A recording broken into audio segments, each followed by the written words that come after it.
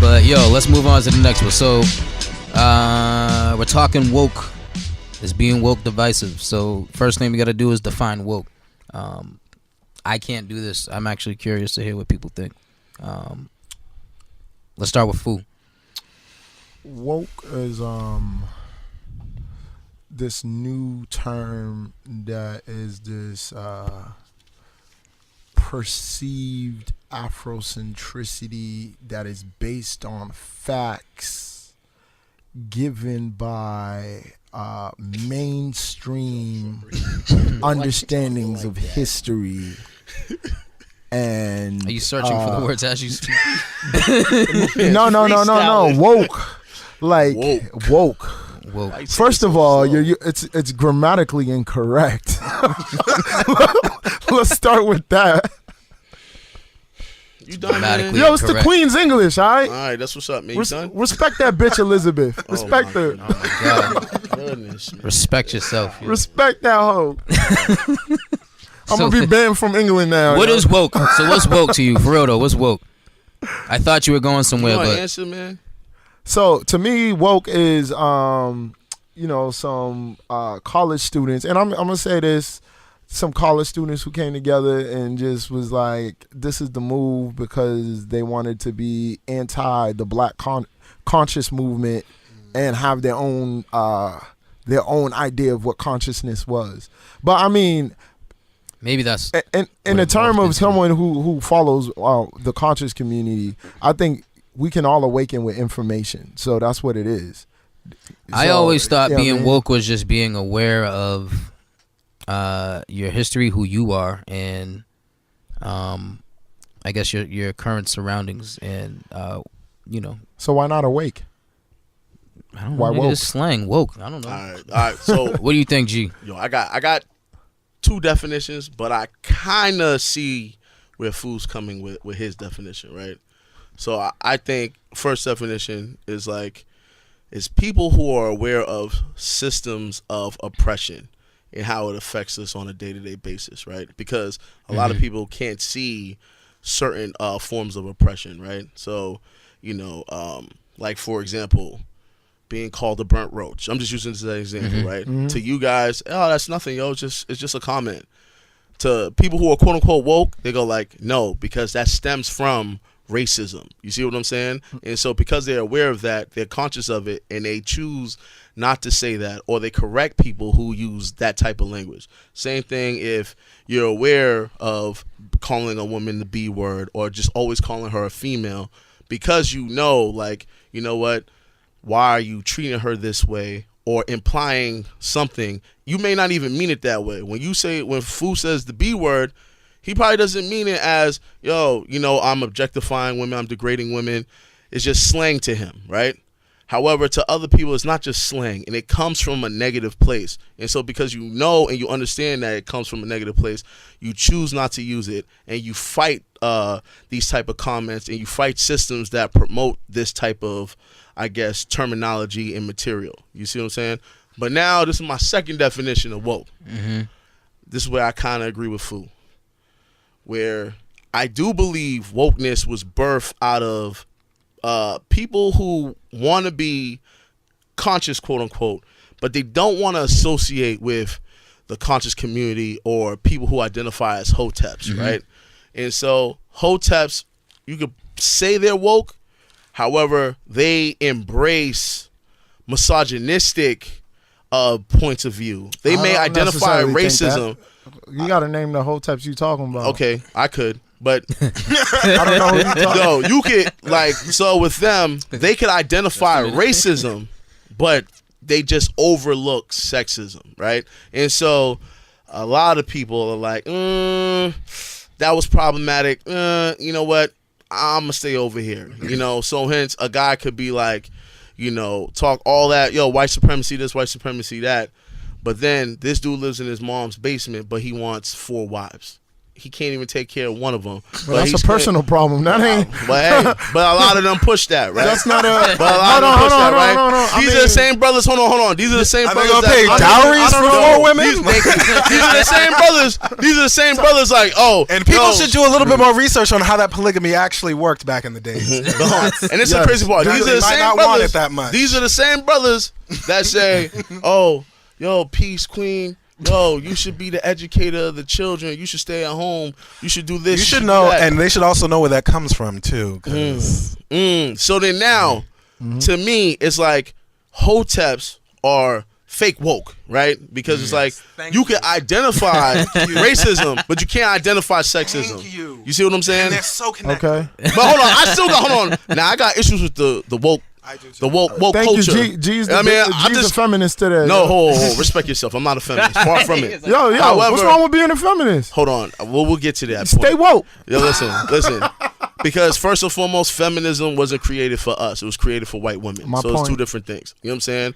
If you're battling against white supremacy, we're all together on this. You see what I'm saying? We don't need to divide ourselves anymore. However, I can say this, right? I'm not even gonna change the subject. We're gonna talk about that in a little bit later. Let me just stay focused on this one. Now, the issues that I do have with people who claim to be woke, they're too woke, right? To the point where they keep dividing themselves, you know, and it's like, oh, well, you're not woke if you don't believe in this. You're not woke if you don't believe in that. To me, it's kind of like, yo, we're never gonna agree 100% on things. But why do we need to separate ourselves into these little factions, cliques, niches, and things of that nature? Why can't we still be a community that may disagree on certain things, but we could be like, you know what? For the sake of the community, for the betterment of the community, let's still work together. That's my problem with wokeness, because wokeness, these people will look at hoteps like, I'm not fucking with them. Me, I go, I'm not fucking with either of y'all, but I'll come together for the sake of uplifting our community. You see what I'm saying? Because there's just as many hoteps as there are woke people in our community, and there's people in between that don't give a fuck about either. So I'm gonna say like one point about this whole woke movement, right? So that the woke community created or redefined the word hotep to be divisive to the black community, and the word hotep means peace. I've said it before. And you know, ancient Kemet, but there's onks up. But you know, we've redefined. So this is something that comes from African culture, yet we use an African word to diss African people, right? So that's the most pro-black thing you can do, right? Obviously, I'm being sarcastic here, but it demnifies to me the problem with so-called wokeness, because a lot of the information, right, that they are using, or the box they're putting in. I'm gonna use an example, right? A Moorish example, right? A Moorish example. Okay. So you deal with, it's different information.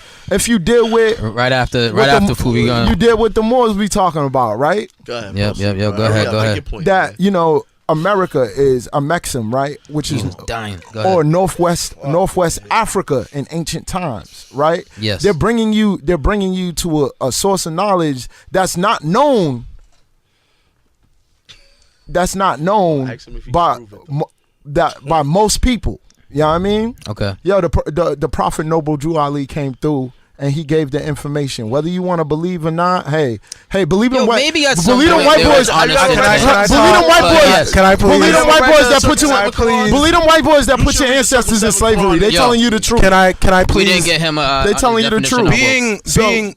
Can I just talk Yeah. about this? 'Cause it's Yeah. gonna drive me Yo, crazy. go ahead. Being woke is a journey. It's a journey. It's a journey that you start and then you're on for the rest of your life. Being woke isn't like, okay, I looked at a Facebook meme or I was on Tumblr, so now I understand everything about being Or them woke. YouTube scholars. What happens is you begin to become aware of these systems of oppression which affect your life, and then you understand that being part of that system, living in that system, affects you and affects people around you in very specific ways. You don't read something or learn something and then you become woke. and then you know everything. That's not how it works. It's Y'all a journey of Pineal learning. Clan still It's calcified. it's a journey of learning that happens like for the rest of your life.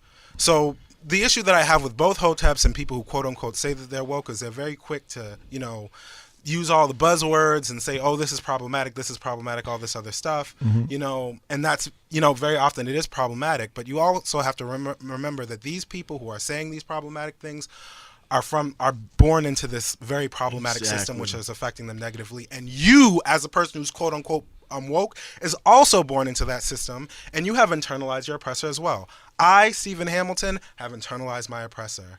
All of us in here have internalized our oppressor in certain ways. Bell Hooks, I agree. Umar Johnson, or Ifa Tunde, whatever he's calling himself now, has internalized his oppressor. So when you understand that sometimes some of your ways of thinking may be impacted by that. Sometimes some of the things that you say may be impacted by that. And when you understand that, you can be quick to always question critically your actions and also the actions of other people. People like criticizing other people's actions, but people don't like looking at themselves and saying, sometimes I'm saying something that's problematic, or I'm saying something that may be wrong, or maybe something that I think is how things should be or how things should work, may be a little bit problematic. That may hurt somebody. That may actually negatively impact my community.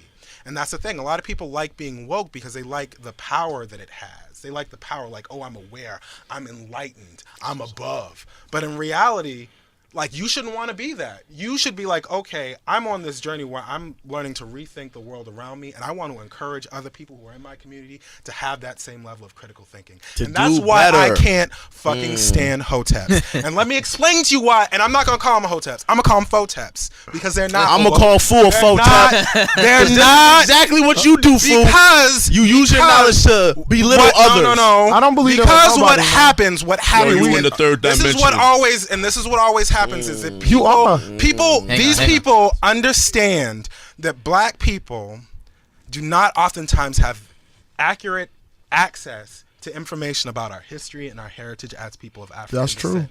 So what they do is they put a bunch of bullshit in Facebook memes knowing that black people will believe it because they've been lied to so much, or because that part has been omitted, that part of our history has been omitted in all quote-unquote legitimate, avenues. You don't learn about it in public schools. You go to college, they barely teach about it as well. So you post anything on Facebook, any type of bullshit about onks and third dimensions and aliens coming from space and fucking, ancient aliens. Do y'all research on Samaria? People, but the thing about it is that they know people will believe it. And they know people will believe it because they know that people are looking for that answer, and they're looking for this connection to their history and their heritage. What I encourage people who really want to be woke is people need to be critical thinkers. People need to look at information and be able to assess it critically. People need to think. Facts, yeah. Yo, when you look at something, I've been telling Fool this forever. When you look at something online, what source is it coming from? Oh, it's coming from African knowledge. Who does it sound like? When you read those Facebook memes that say, this is what they do. They'll put a bunch of bullshit about, pygmies, which is an offensive term, by the way. Got on a boat and sailed to Ireland. That's where leprechauns came from because they sent, that sounds wild. They were the ones who taught metallurgy to ancient Europeans and all this stuff. They don't put any sources. They don't put any books that they got that from. Right. None of this connects to any archaeological survey, any genetic survey, any sort of information that can be processed in any sort of way. This brother sound like me, man. They're not doing any of that, but people believe it, and they say, oh, well, I'm not trusting the white man's knowledge. Are you referencing? So let's talk about black people knowledge then. Let's talk about black people knowledge then. Let's talk about, okay, where in Ifa does it say that? Yo, hold on. Fool saying don't talk about his YouTube channel. Wait, no. Hold on. Where in Ifa are they saying that? Where in the Tariqa Sudan? Which manuscript in Timbuktu are you citing? He don't know. What ancient knowledge from the Limba Society? Because there are systems of African knowledge. Yeah. You're right. You have the Ifa, Yoruba. The thing about it is, like, you have these other African systems which can be cross-referenced. Yo, Fool, don't pay. If you are saying that, oh, I'm getting this information from that, okay, so what priest are you getting this from? Who initiated this person? Where in Yoruba land or whatever did they get this information from? And also understand that when you are getting that information, that's coming from a very specific context. And how do I read that context to see how relevant it is to the issue at hand? You initiated, fool? There's a lot of information. There's a lot of misinformation. There's a lot of misinformation that's out there about Black history and about African history. And people are quick to believe it because people are looking for that connection that they can have to our ancestors. What I'm encouraging people to do, if they really want to be woke about these things, is they need to do research on where this information is coming from. Is it fact-checked? What references are you getting? Is it from first-hand sources, second-hand sources? What archaeological survey is this coming from? What genetic, tests are people taking? What's the scientific information, graphs, charts, or whatever that's coming from? And if they're saying it's coming from an African system of knowledge, you can cross-reference that. Thank you. You can cross-reference that. You can look. Okay, if I'm referencing something about Ifa, I want to know the name of the Babalawo. I want to know where they're from. I want to know what specific lineages are they from? What town in Yoruba land are they from? If they're not from Yoruba land and they're from one of the Western traditions, okay, who was their godfather? What house are they from? What are the specifics of that lineage? Because that's all that context is going to help me understand where they're specifically coming from, and if that information is useful to that specific situation. I'll give you a perfect example. I will give you a perfect example. A lot of people will talk about, women don't need to work or earn money. Stuff. Right, they should be basket weavers. They should be basket weavers. Basket There's nothing wrong with basket weaving. If you look at pre-colonial West African societies, and I will give you the books. You can look at Yoruba Ritual by Margaret Thompson Druel. You can look at Gelede by Babatunde Lawal. If we look at pre-colonial African political systems, yes, they were polygamous systems, and yes, they did incorporate some levels of misogyny. However, for the most part, women were economically independent from their husbands. They made money, and it was very important for women to make money because they were also financially responsible for their children. And you do have specific situations in which women actually have predominant control over domestic economy. So if you look in Yoruba land, all the heads of the market association, everybody who's at the market, there are women. There are certain industries which are specifically controlled by women. If we look at the Sunday Society in West Africa, if you look at people who like the Sunday Society, which is used by fix your face, who live in Sierra Leone and Liberia, you have women's societies, women's secret societies, which are specifically, for women. These women have complete control over these societies. Men are not allowed. Men do not impact their affairs, and these women oftentimes held incredible power in their societies. Madam Yoko, who was a high Mende chief in Liberia, along with apparently a third of the high chiefs in the late 1800s that the British were interacting with, were women. So women do, in many cases in pre-colonial African societies, play incredibly important roles, and they are economically independent. That's one of the reasons why Black society has been able to survive. But hold on, brother. Black society survives. To quote Fu, so you gonna let your sister go to war? You gonna let your sister go to war? Have you ever heard of? You gonna let your queen go to war? Have you ever heard of the Meno? I have. Or the Ohosi? You gonna let your queen go to war? I have. All right, those were quote unquote queens. Onks up. They were Onks up. But I also know wives. They were wives. I also know Walt Disney's putting out Black Panther, and Black Panther. Oh my God. Shut up. Shut up and you learn don't believe it? Hey, Walt Disney. Look him up. The thing about it is that I encourage people, if you really want to have this connection with your ancestors and all of these other things, one, do the research. Reach out to people who have expertise in these specific subjects. Whether they're coming from Western institutions or whether they're coming from African institutions of learning. Do that research, look at the information, and then make cognizant and informed decisions on what you're going to believe or not believe. Because what people do is they will read something, and the thing, anybody can make a meme. Yeah. Anybody who knows how to use Meme Maker or Photoshop can make a meme. You can't just trust all the shit that you read on Facebook. That's true. Be critical thinkers. That's very important. I'll use another example. Everyone's saying all this stuff about women need to be at home, and like women working and participating in politics is disruptive to the family. Well, you know what that comes from? I don't know. Do you know how that's quoted? Do you know who quotes that? You know.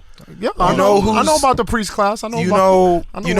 What are some of the earliest examples of that. So there was something against women's suffrage in Britain called like the Men Against Women's Suffrage. And then it was a bunch of white guys who got together, and then they also joined with Women Against Women's Suffrage to make the National Association Against Women's Suffrage. And one of their specific tenets is, and these are white people who are saying this, white supremacists like Evelyn Baring, who was a part of like the British Empire in like Egypt, very racist ideas towards Egypt, very sexist ideas towards Egyptians and Egyptian women and all this sort of things.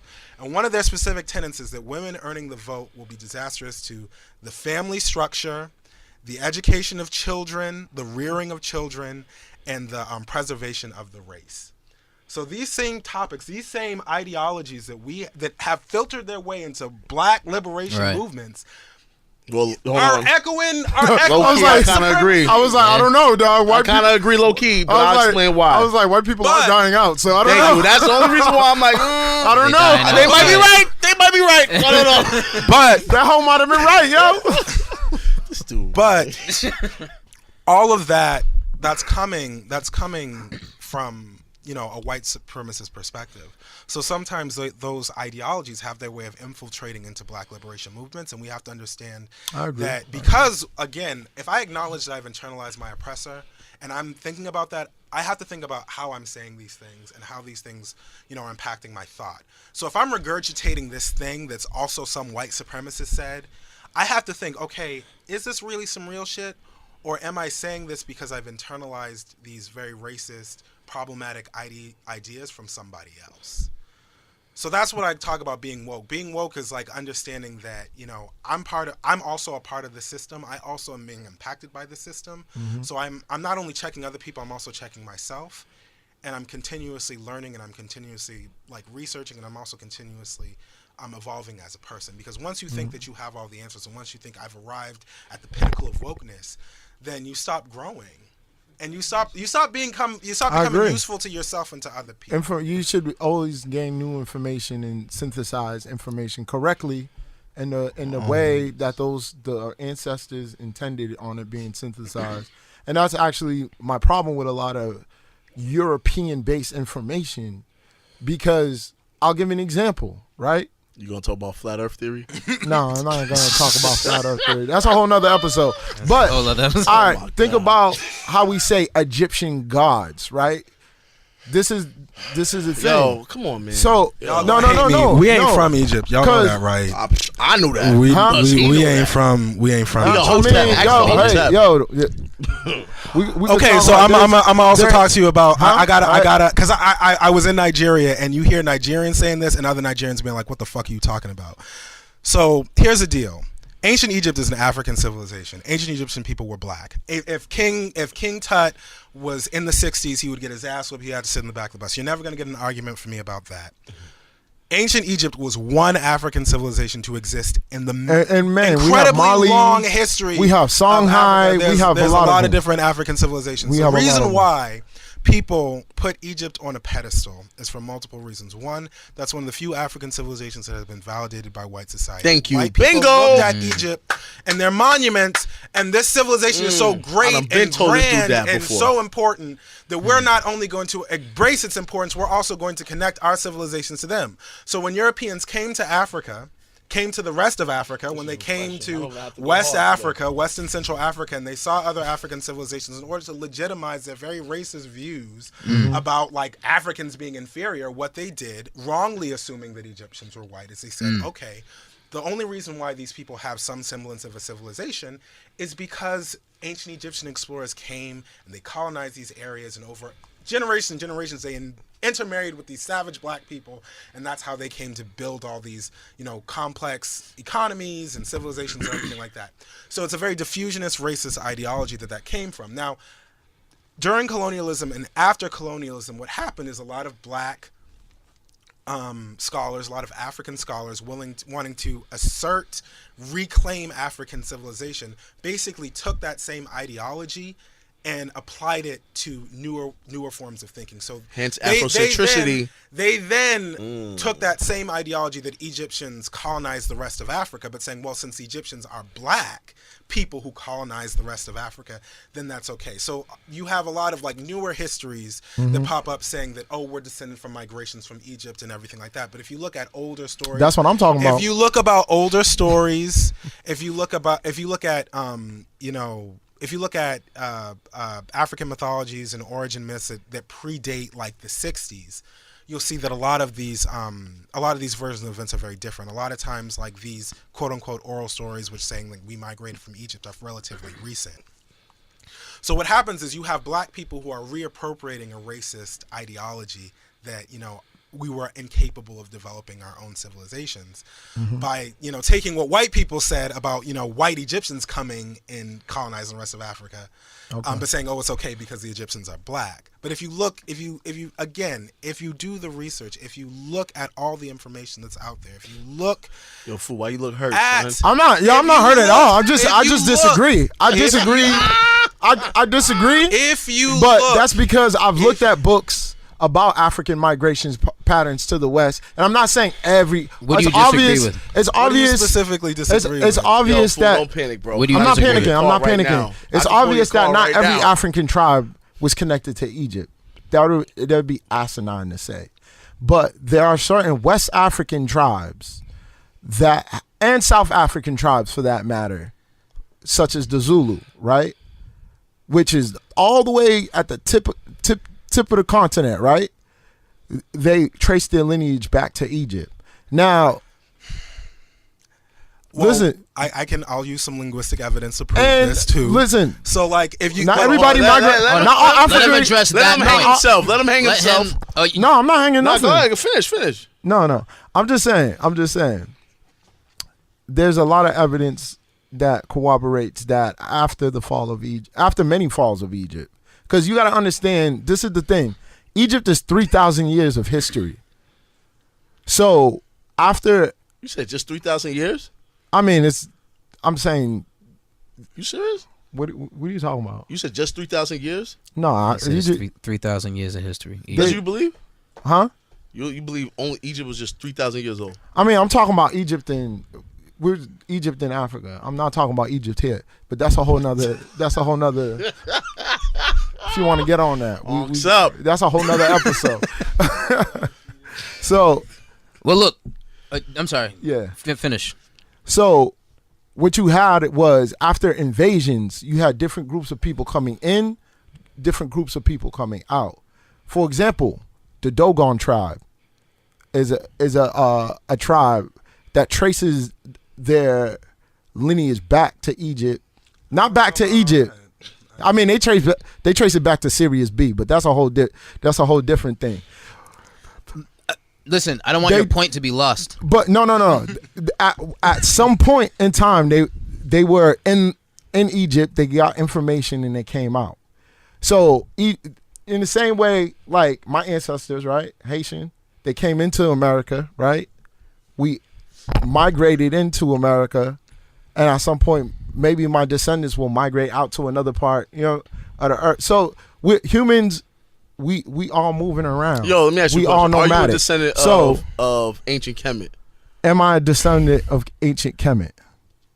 Yes or no? Okay. I'm gonna say yes. All right. So if we look at the Zulu people, and Zulu people are Nguni speaking people, and the Nguni languages are part of the Southern Bantu language family. Now, the Bantu language family is a very big family of languages, which is a subset of the Niger-Congo languages. So this is a very ancient language family that was separated from other Niger-Congo languages 4,000 years ago. So around 2000 BC, there was a massive migration out of southern Nigeria. This is where the migration is from, out of southern Nigeria to the rest of Africa. So like the Zulu people, their ancestry is very easy to trace. And the reason why it's easy to trace is because of language. So Bantu languages have specific root words. So for example, if I wanted to say doctor or medicine man, in Zulu is Nyanga. If I want to say that in Kikongo, which is a language, it's in Angola. So the other side of Africa. It's Nganga. Because it comes from a root word, ngang, which is like a healer or root worker. So if we trace that back, we can see that these languages are related, and that these languages have a linguistic distance of like 4,000 years. So this language family, which is related to these other language families, like has its confirmed root in southern Nigeria 4,000 years ago.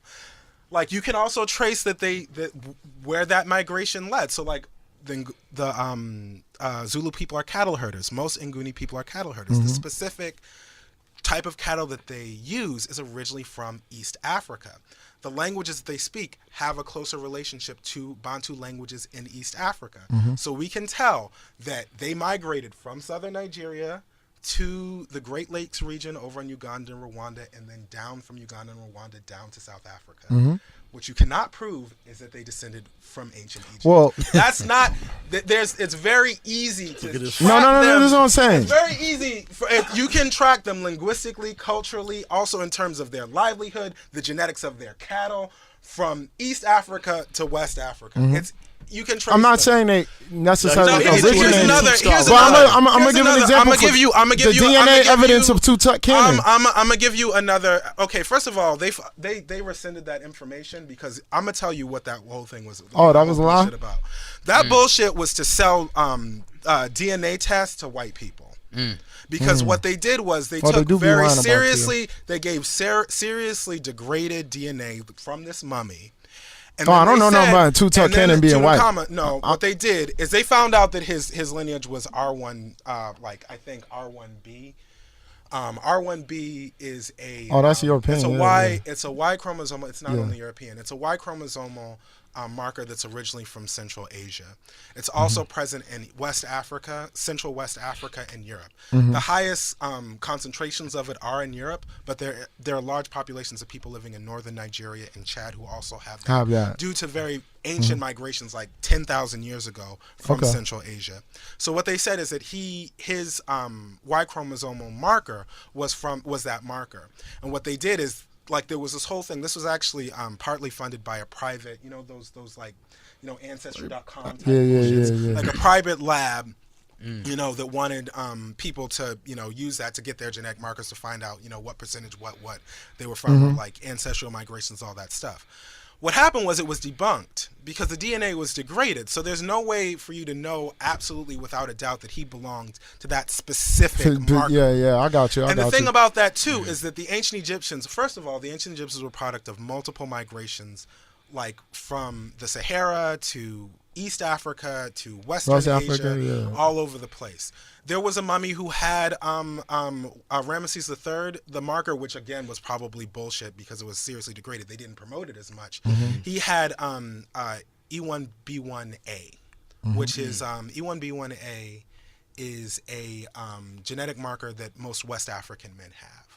So that marker that I'm gonna pull it up. Had, I actually you can look at like some of these because I remember there was 2 studies on 2 early dynastic pharaohs, and they linked them to like the Uganda area. Yes, because the marker that they had was either A or B. The 2 oldest markers in the world, the oldest African markers, are A and B. They do all of this stuff, but the thing about it was that they actually had to resend the information because the DNA was degraded. They can't prove without a doubt that this was his specific marker. And even with that, the only reason why they were promoting Tutankhamun is because they wanted to get like all these people in Ireland to get like DNA tests, because the way that they were promoting it literally was Tutankhamun has the same genetic marker as most Irish people. Like that's how they were pretty much promoting the bullshit. Oh yeah. So it's all of that this stuff is a little bit weird. So the thing about it too is like human beings aren't as isolated as people think. People move around. There are random white women in Ukraine who have West African markers. Like there are Jewish populations that have West African markers. There are African populations that have European markers. People move around a lot. What I can say about this is a lot of people talk about like connecting with Egypt because that's what people do. When people find that there's this big ancient civilization out there, they try to connect themselves with that civilization to earn them legitimacy. People do that all over the world. You know, if you lived in a caliph or someplace in the Muslim world, what you wanted to do is you wanted to make sure that whatever lineage you were from connects to the prophet in some way. It's the same thing in ancient East Asia. A lot of people wanted to connect themselves to China or some Chinese family. It's the same thing, you know, in Yoruba land. So in order for all of the kings to have legitimacy, they have to connect to Oduduwa. They all claim descent from Oduduwa because that gives them legitimacy. That gives them legitimacy as a king. If you look at the Mali Empire, the Qaeda lineage, they trace themselves to Bilal ibn Rabah. Like that's how they gain legitimacy as an Islamic empire, by connecting themselves to Bilal ibn Rabah. Mande culture and civilization goes back to 2000 BC. We see that in ruins in Mauritania.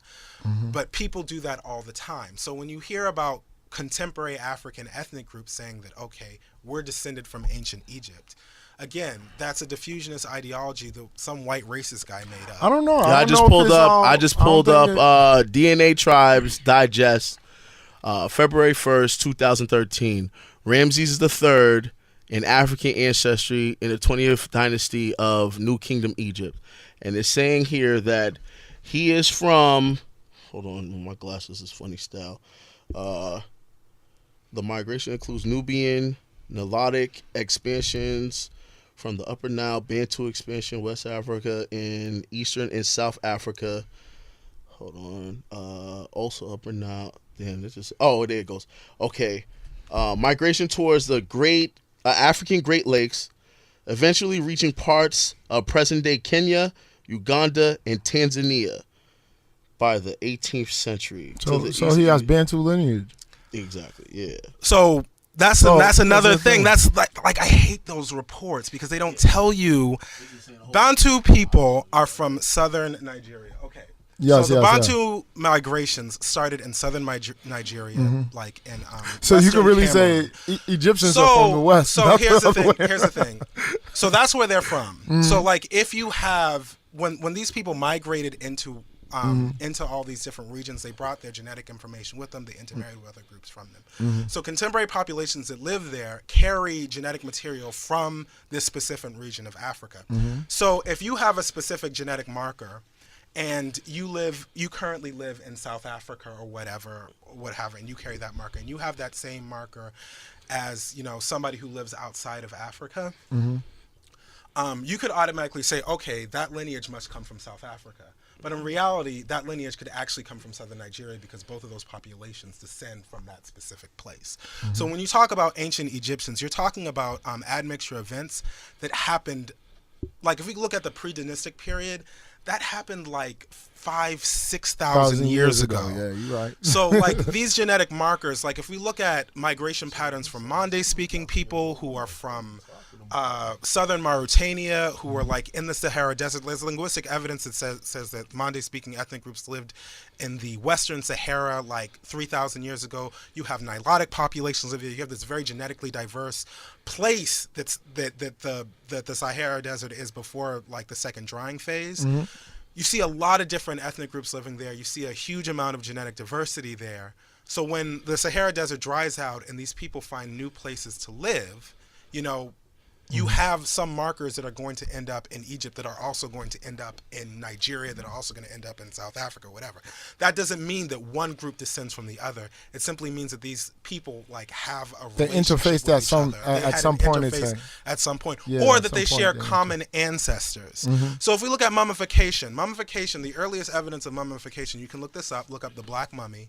It was not in Egypt. It was in Libya, from ancient Saharan populations in Libya. He's like a little boy. If you read the UNESCO, and that's the thing that irritates me. Oh no, there's tribes that claim they're from They Yemen. post all this bullshit on Facebook that it distracts you from actual legitimate archaeological arguments that are happening. So UNESCO published a paper called Iron Roads in Africa, and in that paper you have all of these archaeologists who are saying that, and this is very controversial now, but they're saying that not only did Africans independently develop iron technology, they might have independently developed iron technology more than once, and they may have developed it before than it developed any place else in the world.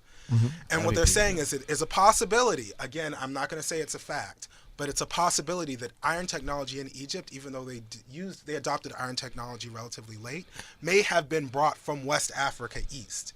Because if we're looking at, if you're looking at again mummification and a lot of other elements of ancient Egyptian religion and philosophy, you see it coming from ancient cultures that are in the Sahara. So you see Egypt being impacted by other parts of Africa.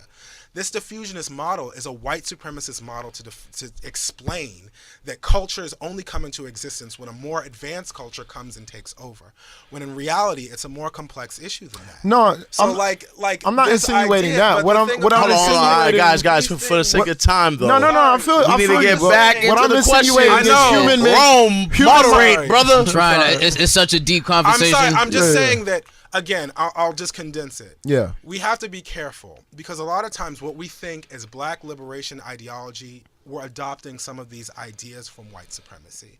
So when you're talking about being woke, be able to check yourself and be able to think, okay, I'm living in a society where I'm being affected, I'm being impacted by white supremacist ideology. How is that filtering its way into my black liberation thought? How is that filtering its way into how I perceive myself and other people?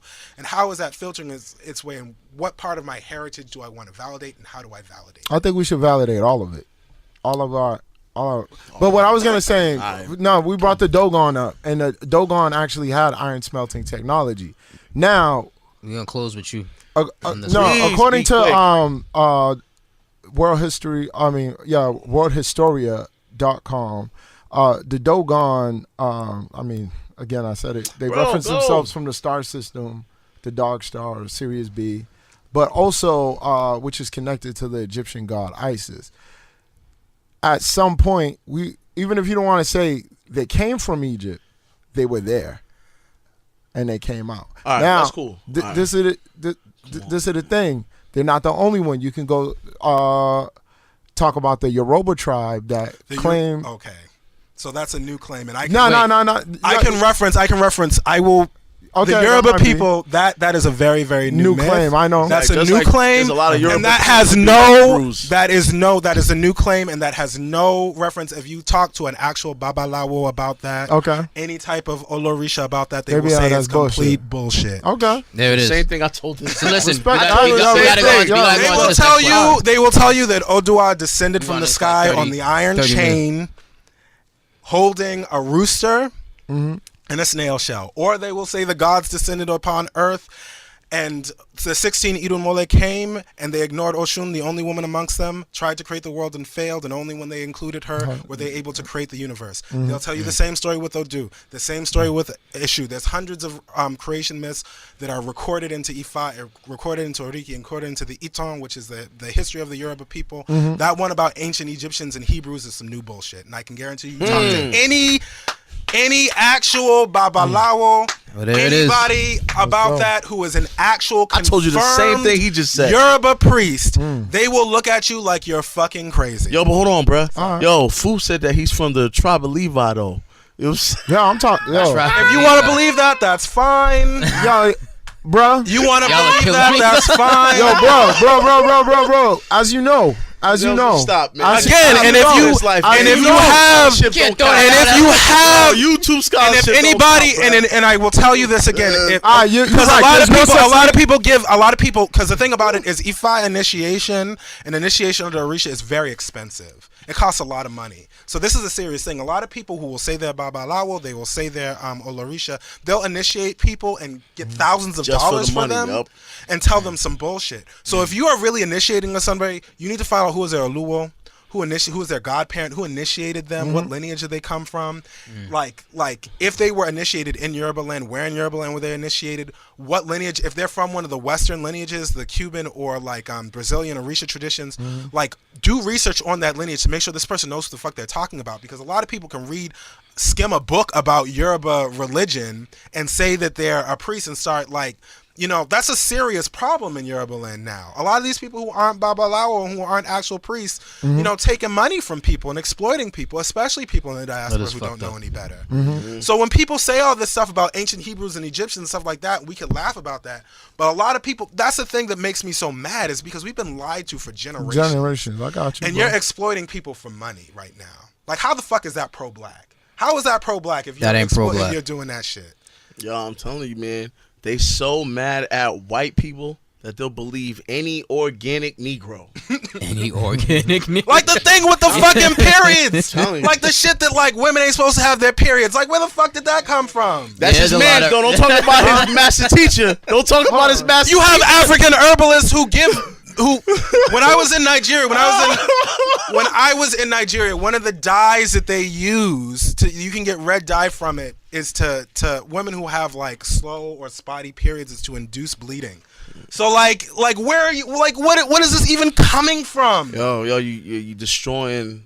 You ain't destroying his nothing. whole philosophy. You ain't destroying that. His Yo, whole listen, belief we system, all got, man. Bringing it we all got down. all got. Also, I just wanted to talk to Look, If you. you get to the if there next any question, though. folks have- Next question, people. I just wanted I to just talk wanna about put the this Black as- Hebrew aspect. Yo, that's though. fine, man. Nah. But yo, that's a Before whole you nother diss- thing, and you're not before built for you that. diss Trust it. me. Can I I know Before for a you fact diss you're it, not built for that. because I'm just gonna say, can I just say one thing? I just want to do it. You know, the Ashkenazis, right, are not the original. So you have to ask yourself who are the originals. Yo, that's so, fine. all right. Can we I'm That's sorry, all I'm I'm sorry, saying. getting y'all You on. get that. Let's next Deep question, into it. please. I'm sorry for getting y'all. Rome, let's go. Not no, everybody, that's all good. But you're right, brother. Not everybody got the same lineage. We don't Yo, all I was originate trying to from the wrap- same you're tribe. I just want to put a disclaimer. If you are a Hotep and you have an argument with me and you want to, like blast me on Facebook, whatever, I'll just block you. I'm not gonna get in long Facebook arguments with nobody. I'm just gonna block you. That's just what it is. feel So you. don't start none with me. Like, 'cause I'm not gonna engage. Yeah, and if you got beef with me, just I have food answer all of those questions. All right, look, next question before we let's get go. anywhere else. Yeah. Should we declare our blackness before our gender, sexuality, economic status, political status, ethnicity, or religious or spiritual beliefs? Do we declare black first before any of those things? Yo, I'll answer it first Go for because it. I'm pretty sure Food's gonna disagree with me on this, but I would say yes. And the only reason why is because we're in the system of racism, white supremacy. If in fact we weren't in this particular system in the United States of America, then I would say, hey, identify however you wish, right? But we're only 13% of this population. It's clear in all aspects of blackness we are attacked, right? So whenever we identify with another thing before what's actually harming us, that's when we divide ourselves, and then the strength is in numbers, right? So me, I look at it, although I am a heterosexual black man, let's just say there's a gay black man or a bisexual black woman or a Christian man or a Muslim woman, or you know what I'm saying? Although we have different identities, for the sake of uplifting our people, we need to come together, and so that's why I subscribe to Marcus Garvey's perspective of Pan-Africanism, because it's like we could look past all of these different beliefs and still come together for the sake of our race. Oh, he's I ain't got a also problem a with any of student. Also a student of Noble Drew Ali too. Okay, and what's your point? Hey, that's my point. That's my You only disagree point. with that? Huh? You disagree? No, I with don't these? know. I don't actually disagree with that. Actually, I think we actually at some point. I'm not gonna say that everybody needs to come together. I'm gonna say that we do need to find common ground against a common enemy, but because at the end of the day, white supremacy affects us all adversely. But at the same time, we can't have an oppression mind state, and by what I mean oppression mind state is a mind state as appealing to your oppressor to recognize your humanity, which seems to be the historical pattern of why I feel black people don't get ahead, because there's this appealing to white people to I'm human too, I'm as human as you, and I'm like, obviously a motherfucker who is out here oppressing you, don't give a fuck about your opinion about what you think you are. So what we need to do is prepare ourselves to create our own insulated economies, our own systems of thought. And yeah, we got to get in tune with our ancestors, whether that be indigenous American heritage, African heritage, because as I said at one point, this whole planet was a black planet. You know what I mean? So, but we can get into that information. I agree with what G said. Sorry, but I think that when people say that, people have to really understand what that means. Mm-hmm.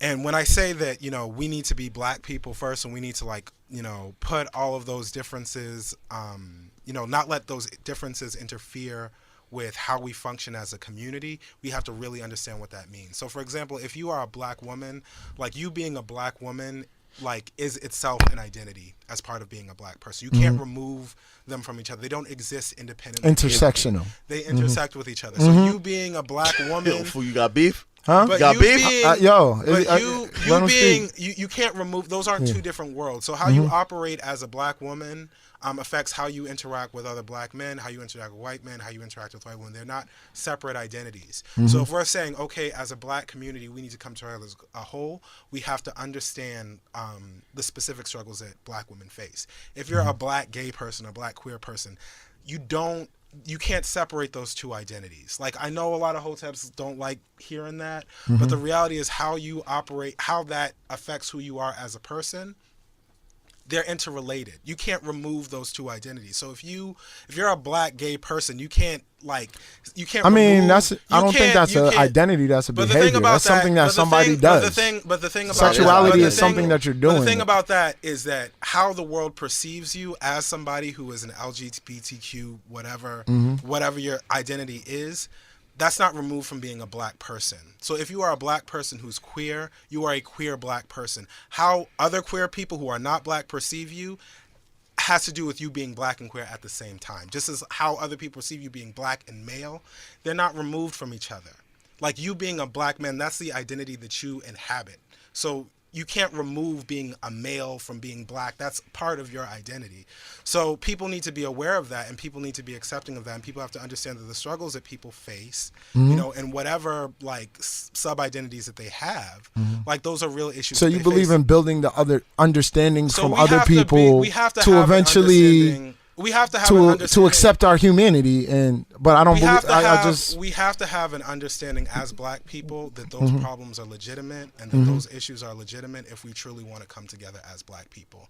You can't say I care about black liberation and you don't care about black women, or because you're. No, I agree with that. I agree with that. I agree with that. I'm not putting any but. I'm not putting any but. I'm not putting any but. I'm just saying that I'm not putting any but. but. A lot of people are like, I love black people and I care about black people but I don't fuck with this, or I like black people but I'm not okay with these other black people. With so when I say issue, that we have to come together as a community, I just want to finish my thought. Yeah. When I say we need to come together as a community and we need to be like, okay, we are black people that live in a white supremacist society.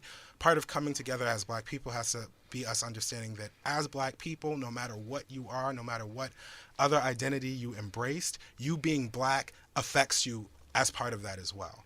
So me having that understanding allows me to work with you. That allows me to respect you, and that allows us to work together as a community to fight against white supremacy. So then does being black first negate your other identities with saying... I don't think that negates your other identities. You being a black person, I'm a black person, I'm an educator, I'm an artist. That impacts every bit of my identity. The work that I do, how I work with young people, me being black impacts that identity.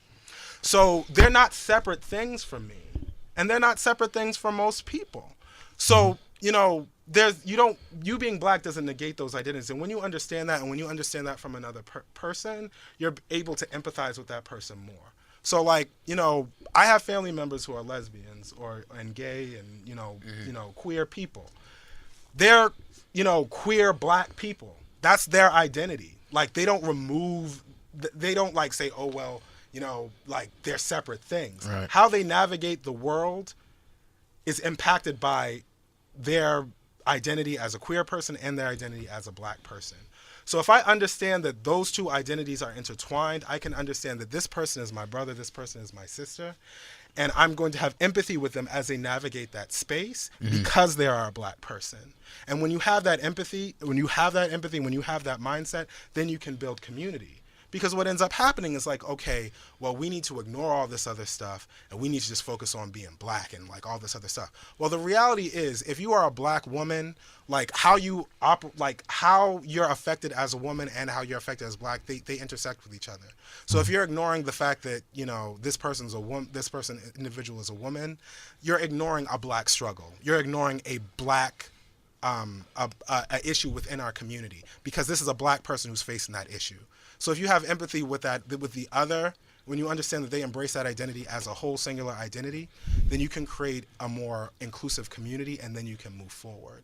That's how I feel about it. I think that as black people, you know, we need to understand that, you know, no matter what, like, we need to look out for each other, because if you look at all those other subgroups, they ain't checking for black people. White feminists ain't checking for black women. That whole like LGBTQ like power stuff, they ain't checking for black gay people or black lesbians. They ain't checking for them. So as black people, we need to check for each other. We need to be like, oh, we all have your back, because like I see the bullshit with all of it. I see how all of it's, you know, when we talk about issues of like feminism and stuff like that, Taylor Swift, all them stuff, they make all this stuff about like, oh, we only make 70 cents to a man's dollar, but they ain't talking about black women 60 cents. You know, when you have like this, there was actually a situation in New York City where like there was like a hate crime against these like white Jewish guys beat the shit out of this gay black man. Nobody who was with the rainbows and everything like that was rallying about them. Exactly. Nobody was rallying for them. So when I say we need to be a community and we need to like support each other, that's what I'm talking about. Because if we understand that and if we empathize with each other from that, then you're tackling all of those issues at the same time. Yeah, I agree wholeheartedly with my brother. And the reason why I actually agree, I remember when I read, what's that, Huey P's book, was it Revolutionary Suicide? At the time, I actually didn't agree with it. But he said, to combat white supremacy, we also have to fight for women's rights and gay rights. And I was like, man, fuck out of here, right? But then, again, my line of work as an educator, you know, I come across a lot of gay students, a lot of sisters who have real issues with brothers that are dealing with certified trauma, right? And so I can't just ignore their issues anymore. You get what I'm saying? Because I see it. It's a reality. You know, I have a wife. I see the issues that she's dealing with. So for me to say, yo, you know what, just focus on your blackness, you can't do that, right? However, because they are black, I'm saying, you know what, we riding out. You know, so even though me personally, I may not agree with transgenderism, right? Because to me, it's like a social construct, right? But if in fact black people, right, black transgender people are being murdered or assaulted, then that is an issue that all of us should say, you know what, fuck that, we riding out. You know, so if they harm one of us, it's like it's equivalent of them harming all of us, right? So that's how I look at things. And so to me, it's like, all right, well, we may disagree, but let's come together and see the humanity within each other. You get what I'm saying? So that way, it's kind of like how I look at life is, if they're not harming somebody else, let them be. You see what I'm saying? Once they start harming someone else, then you check them. I agree. But to me, it's kind of like, you know what, if a sister says, you know what, I'm really bothered when I walk down the street and brothers is catcalling, right? We can easily say, yo, it ain't even that serious. Yo, there's other shit that we got to deal with. That's easy for you to say because you don't have to go through that every day walking down the street. But that sister does. You see what I'm saying? So me as a brother, if I'm truly a brother, I go, you know what? All right, let's see how I can help this sister. You see what I'm saying? Or other sisters. When you see a brother catcalling, are you going to dog check that brother? Like, yo, my mans, yo, watch your mouth. You know, or if you see a sister looking uncomfortable, are you going to step in to help her out in those type of situations? You get what I'm saying? We can easily go, oh, it ain't that serious, yo, fuck it, yo, like women get hollered at every day. If you think like that, then it's like, how can they actually trust us as black men? You get what I'm saying? So that's why I actually agree with you. Even though I may not agree with every identity under the sun, I can still say, you know what, let's look past our differences and just come together regardless, because what you believe in, what you eat don't make me shit. That's how I look at it, right? So we can still come together as long as what you're doing is not harming me and what I'm doing not harming you. Let's just build. That's how I look at life. I rock with that. Let's move on to the next question, yeah. I like the way this is written. It says, "What is the best strategy to dialogue with a woke when you disagree?" Yo, I'm be honest. Dialoguing with a woke. It's hard for me. I've been called racist. I've been called sexist. I've been called all kind of shit. You know what I'm I saying? see what you're saying now. And it's like, we in a jump. so that's why I'm like, man, jump listen. down your throat generation. For And this is, different. I'm gonna be honest, this is my number one issue with a lot of wokes, is because a lot of their arguments are more emotional based and not logic based, right? So they'll say something and then they'll be like, "Oh, don't you agree?" If you go like, "Actually, I don't agree," "Oh, you must be this or you must be that," right? I've literally been called one time. One of my students actually called me a hotep. Yeah. You know what changed her mind? She actually went on my Facebook and read my posts and then came back and apologized to me. And it's crazy when you have one conversation that probably lasts like what, three minutes. They'll hear one thing, they blow up, they storm out your room or whatever. Let them saying like, they just, "Oh, I can't stand it. Oh, I hate you. Oh, why'd you say that? They storm out. And I'm just like, oh my God. So we really can't come together and have a legitimate conversation. You see what I'm saying? Like, and that's the problem I feel with a lot of organizations, like universities, colleges, political groups. Everyone is focused on political correctness, and political correctness just means who has the power, and whoever has the power dictates the conversation, right? So me as a black man, as a heterosexual black man, right? Some people call me like cisgendered black man. They go, "Oh, well," because technically there's not a lot of brothers in these spaces, in these social justice spaces, right? So brothers like myself aren't really being represented. Why? Because a lot of brothers like myself are in, universities, right? So they're not in those spaces. These spaces are occupied. I agree, but these spaces are occupied by majority black women. You see what I'm saying? So if I have an opposing view, it's not like my opposing view is sexist or the intent is to be sexist or oppressive to my sisters. It's more about, hey, let's exchange dialogue. You see what I'm saying? Like, so I don't see how we disagree, but then you automatically just label me as, "Oh, you're misogynist, or you're sexist, or you're this, or you're that." And that's the problem that I have with woke culture. You know what I'm saying? Because it's like, it's not about understanding. It's more about, well, I got put onto this information. If you don't agree, then fuck you. And that's my issue. I mean, I agree and I disagree. I'm a big fan of sometimes you just gotta let people be mad. So like one of the things that comes up a lot is like a black woman will say like, "I can't fucking stand black men. All you ain't shit. Fuck y'all niggas. Like y'all ain't shit," all this stuff like that. And they may make a lot of irrational arguments. But sometimes you just gotta let people be irrational, because the reality is if I'm working with somebody, because again I work with young people too. If you're dealing with somebody who's experienced trauma, I've dealt with students who have been victims of sexual abuse.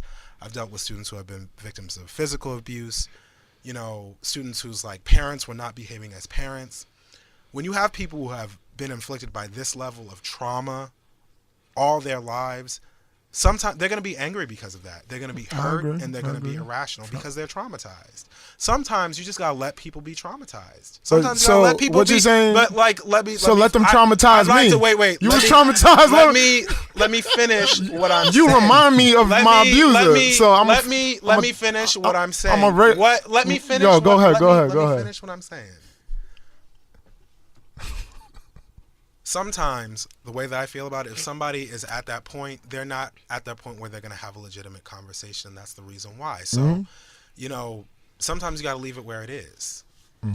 The question is, if you are a person who is putting yourself into a situation where you are deliberately interfacing with a group of people, where you're saying, okay, I'm trying to create an inclusive black community, or I'm trying to do anti-racist work with white people, you are going to come across that said individual.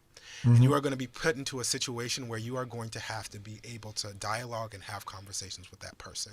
So you need to make sure that you're prepared to have that conversation with that person. If you're not, then don't have that conversation. For example, me, myself, the work that I do a lot of work with social and cultural empowerment for Black youth. I do not do anti-racist work with white people. A lot of people think that they're the same thing, but they are not the same thing. I know I've read all the papers about institutionalized racism, white supremacy, white privilege. I am not going to have that conversation with you, white person. That is not what I'm here to do. I say that I let people know that is not the type of work that I do, and I'm not interested in having that conversation with you. If that person then proceeds to try to goad me into that conversation, I may behave irrationally because I let you know that I am not interested in having that conversation. It's fine to be like, this is a soft spot for me, and I do not feel like talking to you about that. But make that clear. Don't say that, okay, I'm going to do this work within Black community and I'm going to do this work, working with Black men and not be able to have a legitimate conversation with people who may have an alternate point of view because they're not at the point where they're able to really assess like their behaviors, to the level that you want them to be able to assess their behaviors. You have to accept that if that's the community of people that you're working with. If you're working with like communities where, you're going to have to deal with issues of misogyny and homophobia, if that's what you specifically are doing, you have to prepare yourself to have those conversations with people. If you can't, that's fine. That's cool to be in your feelings. There's lots of shit that puts me in my feelings, and I let people know I ain't talking about that shit with you because it puts me in my feelings. Say that. But don't say that, okay, I'm going to create this group for Black people and we're going to have this dialogue and then be like, I'm not going to have this dialogue with you.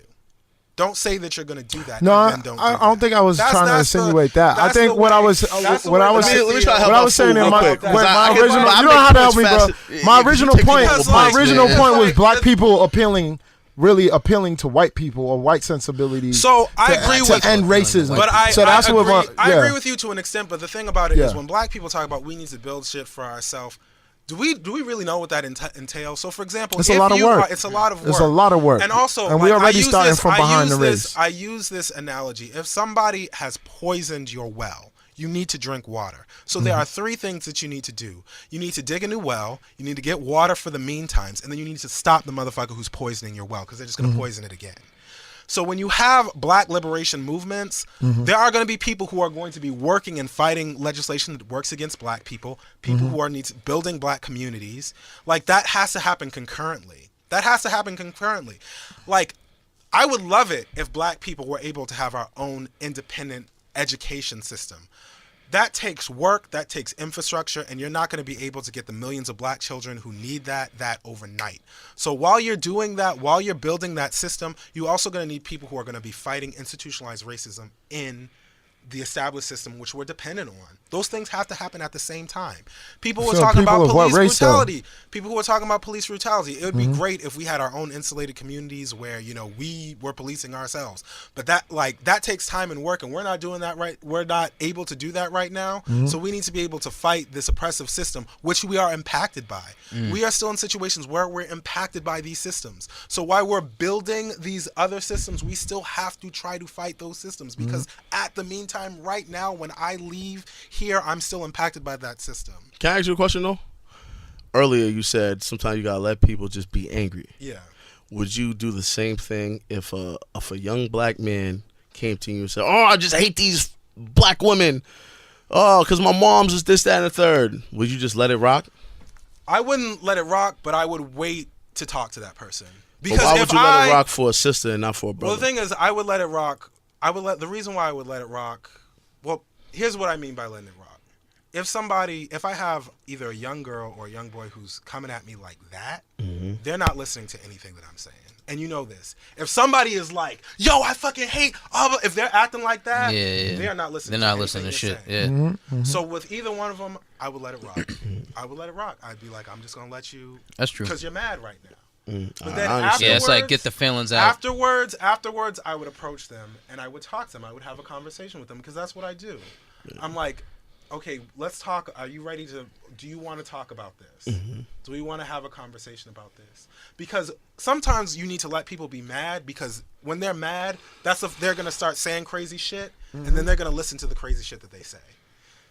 Because they're going to be put in a situation where they're going to say all this stuff and they're going to say all this crazy shit, and they have to be in a point where they have to process this out. They have to process what they said, and then after that, after they've calmed down, maybe they'll be willing to have that conversation. I got you. If a child was like, oh, I can't fucking stand black women because my mother is a crackhead and she don't take care of me, I understand where that person's coming from now and why they feel that way. And then you can work from that. Well, if usually- a girl is saying, I don't fuck with black men because my father like molested me or something like that, you understand why they feel that way. That's not, of course, not all black men are like that, but that's why they specifically feel that way. Exactly. And when you understand that, then you can understand how to work with that person, how to approach that person. Well, usually you get the first part. You don't get the second part. You don't get the because. You just get, yo, I don't fuck with black men. Exactly. So yeah. that's what And I'm then saying. you With gotta most dig people, deep you and get have that dialogue, and then the reasons behind it comes out. But usually, I just said that as an example. But like, you know, usually you just hear, I don't fuck with black women or fuck them bitches. And then when you have conversations, then you find out like, oh, you know, their moms happen. used to Yeah. treat them like shit. Or you just they hear them- belittled them, Yeah. compared them to their father, things of that nature. So then that's what caused that disconnect, you know. And so but I that- was just curious just to Yeah. know, like, do you treat brothers the same way as you treat sisters when they're in that And emotional the thing state? about it too is like, you know, when you allow people to talk and allow people to get mad, that's sometimes the first time where they're actually listening to themselves talk and being able to understand and dissect why they feel that way. You know, so like that's how I feel about that. And you know, like sometimes I think about it this way too. So a lot of like, how are you putting yourself in those situations? So if I'm working with a group of people who, you know, are talking about tackling issues of misogyny within black communities, or I'm working with a group of women who have faced that type of trauma like in their lives, I know what I'm going to what to expect from that interaction. So what that person says to me is not going to impact how I think about black women. Oh, well, I was with these black women, they were mad at black men, they hate black men, so I don't fuck with that no more. When I hear that, I think about like, because I know all those fucking fake white allies, because when I went to school, all the fake white allies who interject themselves in black spaces expect black people to be nice and happy about them being there. No, if you are working with these black people who have faced this type of drama and they're pissed, they're going to say some fuck shit to you. They're going to say some fuck shit to you. If don't you know are these deciding allies. to put yourself into that situation, if you have decided, okay, I'm going to interject myself into that situation, you have to be prepared for what that response is going to be. But Okay. shouldn't we then? Oh, sorry for cutting you. No, go for it. But shouldn't we then, I guess, educate both sides on? Because I get it, if it's a safe space, then that happens. But I think the question is more towards like dialogue, right? So so like educating the white people in the room who don't. it's not understand, even. or- I'm not even talking about white people. I'm talking about just within the black other black community, right? all With the right. different identities that are represented in a room, right? Like, granted, everybody's dealing with some type of trauma, some type of oppression, Yeah. right? But the issue that I see is we're not trying to hear each other at all. It's more about, listen, I'm right, and if you don't like what I'm saying, I'm about to spaz out right now. And it's like, how do we encourage actual dialogue? You know, because once you get emotional, that's when, like, let's say I start yelling at Rome. Rome's no longer going to listen to me. He's only concerned about protecting his character, you know? So, like, he's listening now for holes in my argument. It's not about building anymore at this point. Now it's about who is right and who is wrong. What has to happen is that the expectations you made clear before the conversation even starts, and then you have to ask yourself, really, am I willing to have this conversation? So set the right That's expectations. that's the reality, because you can be honest with yourself and say that I am not ready to have this conversation with somebody because I'm not in the emotional state where I'm going to be able to talk about this in a calm, cool, and collected manner. And if you understand that about yourself, and that's part about being woke. Like, here's the thing about victimhood. You have to embrace the fact that we are victims of white supremacy. That does not define us as human beings, but that's a reality that impacts our identities. So if we understand that, we can say that, you know, in certain situations, I'm a little bit sore about this, and I'm not able to think rationally right now. So you're able to really understand, like, okay, if I'm going to have this conversation and I really want to have this meaningful conversation about all these issues within my community, am I mentally ready to have that conversation with somebody and to be able to help them, to walk them through how I'm feeling? Because if you're not, that's fine. But don't say that you are and then have a long, like, unproductive conversation about it where you're just, like, yelling at somebody because you're hurt. There's nothing wrong with being hurt.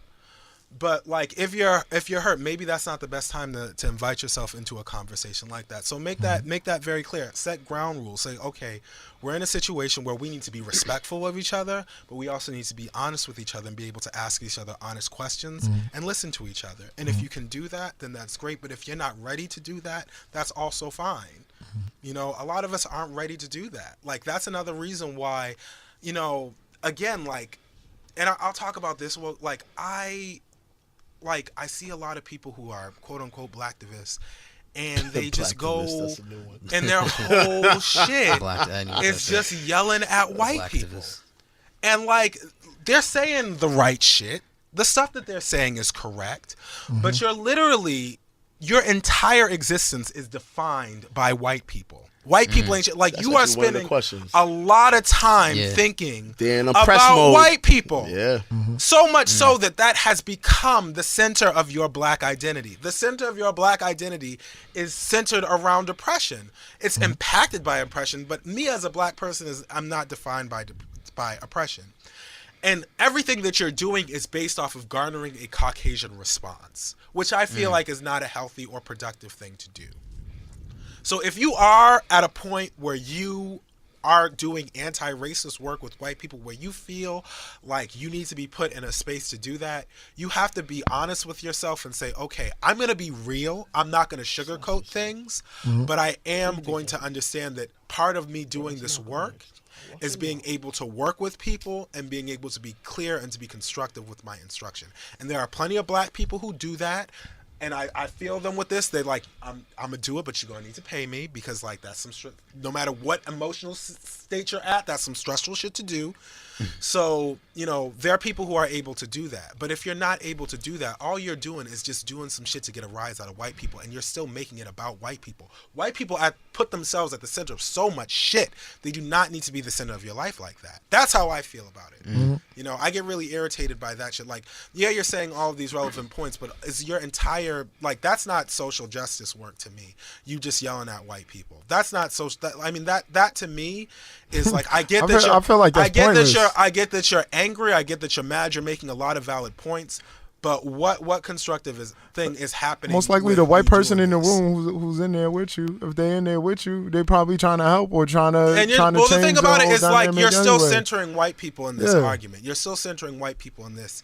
I mean, me personally, I mean, with my politics, I'm not working with any white anything. You know what I mean? On building, but that's where I'm at because you know.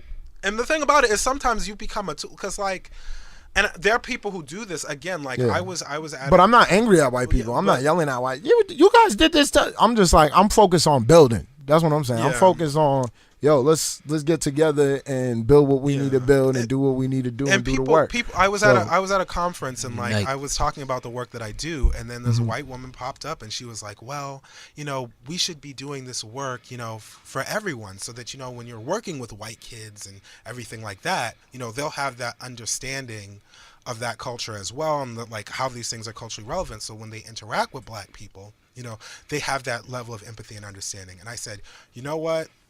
My work is not geared towards that. You know, there are plenty of black people who are, you know, I'm going to do this work working with white people to help them, like, unpeel, like, these levels of, you know, privilege. You should have told her that's your people. Go back to your people. But what I said, and I explained, is that is not me. And what we all said, because this was a diverse panel of people, and we were like, you know what? That's not what my mission is. That's great, but my mission is working with these particular communities to empower these communities, and that's what my focus is. And the thing about it is, like, they still needed to make that about them, and it's just like, you know, there's so much people we also like have gained this collective message Mm-hmm. that work in like empowering black people and building that community, black communities, has to be one thing or the other. Like Mm-hmm. it has to be all one thing or all the other thing, and then people have the impression a lot of times that, you know, everything that we're doing around like black empowerment has to be about educating white people about how fucked up they are. But not everybody is doing that. There are people who are doing that, and they're doing great work with doing that, but not everybody's doing that. Meanwhile, if I'm a black person who's building community and really, because a lot of these people saying, oh, we need to build community, ain't doing shit. They sitting down fucking eating a steak and cheese sandwich, like fucking watching like Boondocks reruns. Like they're not doing shit, but they want to talk about what other people are doing. Yeah. You know, Facts. if you like, there are people who are building community, and then there are also people who are doing work like fighting against oppression by working, like educating white people about like the fuck shit that they're on. Both of those things can exist coherent. There's not one. You don't all. Everybody doesn't all need. Yeah, to not do everyone the needs to same be thing. doing the same task. Yeah. There's definitely several tasks that need to be going on. But yo, I'm gonna jump like a couple questions because I really want to get into this one. There's a blog called Very Smart Brothers. There's a guy named Damon Young. All right, according to Damon Young of Very Smart Brothers, he asserts that although black men are near or at the bottom in every relevant metric determining quality of life, regardless of that, in our relationships with black women, we are privileged. So are straight black men the white men of black people? This is kind of what he was saying in this. No, excuse me. This is what he was saying in the article. In fact, the title of the article is "Black Men Are the White Men of Black People." Yo, so all right. White what? Black straight males are the white people. Yes. Black people. Black straight males are the white people of black people. All right, I So- think that's certified bullshit, Certified. and the reason why is because, for one, he doesn't make a solid argument, and I feel like the title was clickbait, you know. And I read It the absolutely article was. actually twice, and the first time I was a little emotional, you know. I was bothered by it, but then when the second time I read it, I was like, you know what? Let me try to understand what he's trying to say. And in the examples that he used, I gave him probably maybe 2, but for the most part, it's like when you think about it, right? The white men that he's talking about are the people that control the system that oppresses others, right? And so we don't have that same control in our communities. We don't have that same power in our communities. The examples that he uses in that article, you know, I don't see like what he's talking about, because, you know, when Sandra Bland was harassed, slammed by that officer, and then found dead, brothers were outraged. That video literally made me feel sick. You know what I'm saying? So he was like, oh, well, there's no outcry when sisters are assaulted by the police. That's a lie. Like, Yeah, I remember right. the hashtag say her name, and I remember a lot of brothers sharing that hashtag. You see what I'm saying? Yeah. And what else did Hashtags don't save the world though. no, but it gives you exposure and it gives I awareness. think, and to be education. honest, I think that's See a what I'm problem saying? with black people. They want to continuously expose, Yeah, that's fine, continually yo, say, man. But let's hey, stay look on at me, topic, I'm though. oppressed. This is happening. Stop doing this. You know what I mean? If you beat me with a billy club and I'm like, stop, right? Eventually, I'm gonna fucking be dead, dog. That's just what it is. Well, let's you know what I mean? discuss. But if I fight back, or if I figure out how to protect myself, at least move away from the person beating you with the billy club. You know what I mean? Yo, I see what you're saying. I think the Hashtags definitely. Yeah, I feel like the social media warrior. hashtags. Nah, it don't- I agree with what but you're I saying. do Like, agree with you're, what you're saying. making sense, I but do- it still I do- brings exposure and it I do still agree brings with That's like awareness. saying, saying- yo, there's no point in watching the news. Right. No. Like, you but gotta listen to what you're talking But about. I do bro. agree with you. The first point that you're saying. So why that even brothers bring that work up? because I'm like I just don't social media activism isn't real to me. But as far as people coming out in the streets and doing, there were brothers organizing, trying to figure out what was going Listen, on. In I don't want to get off the topic of Yeah. this article. Yeah. I don't want to stray too far away from it, so I don't want to talk about hashtags. Okay. However, Yeah. you know what I mean. Stay on topic. I see what you're saying Thank you. as far as like the Sandra Bland case. What he was getting at was black men were definitely upset over the Sandra Bland case, and Yeah. this guy was trying to say that black men don't get outraged when it's like a female. I think what he was referencing more was like the Corinne Gaines situation. The which one? The Corinne Gaines situation. Corinne- So she Corinne actually Gaines, had- yeah. You talking about the Oh, sister Corinne with the Gaines. 2 kids with the shotgun? But let me finish. Yes. Let me. This was a yeah. Go ahead. Let me finish. Come on, that one was a controversial one though. That was a controversial Yeah. one. It was a controversial one. But the thing about it is, all these other men who are talking about, oh, we need to be rah rah. Villagin was saying, oh, you was doing too much. And the thing about it is, like, these are the same people who are like, nah, we need to fuck that. We need to be fighting the police who are claiming this militancy, who are then not supporting this black woman who's being militant. Maybe they got a reality check and You was know, like, and it's like- actually, I don't think you need to. Then the thing about it is, Nah, I, yo, I think I was one of the only I brothers agree that with you actually 100% co-signed on that. with what she was doing. yeah. And the reason why is because she sold me when she said, yo, these young rebels right here are gonna live forever. Yo, I remember watching it with my students. They were like, yo, she's bugging. And then they all looked at me like, what you thought, G? I was a little bit. I was like, on the yo. fence too. And I was like, Because at the end of the I'm day, fucking at the with end it. of the at the end of the You know what I day, you know what she did probably wasn't the most strategic thing to do, but they had no right to do what they did. Like it was for a minor like parking violation or some bullshit.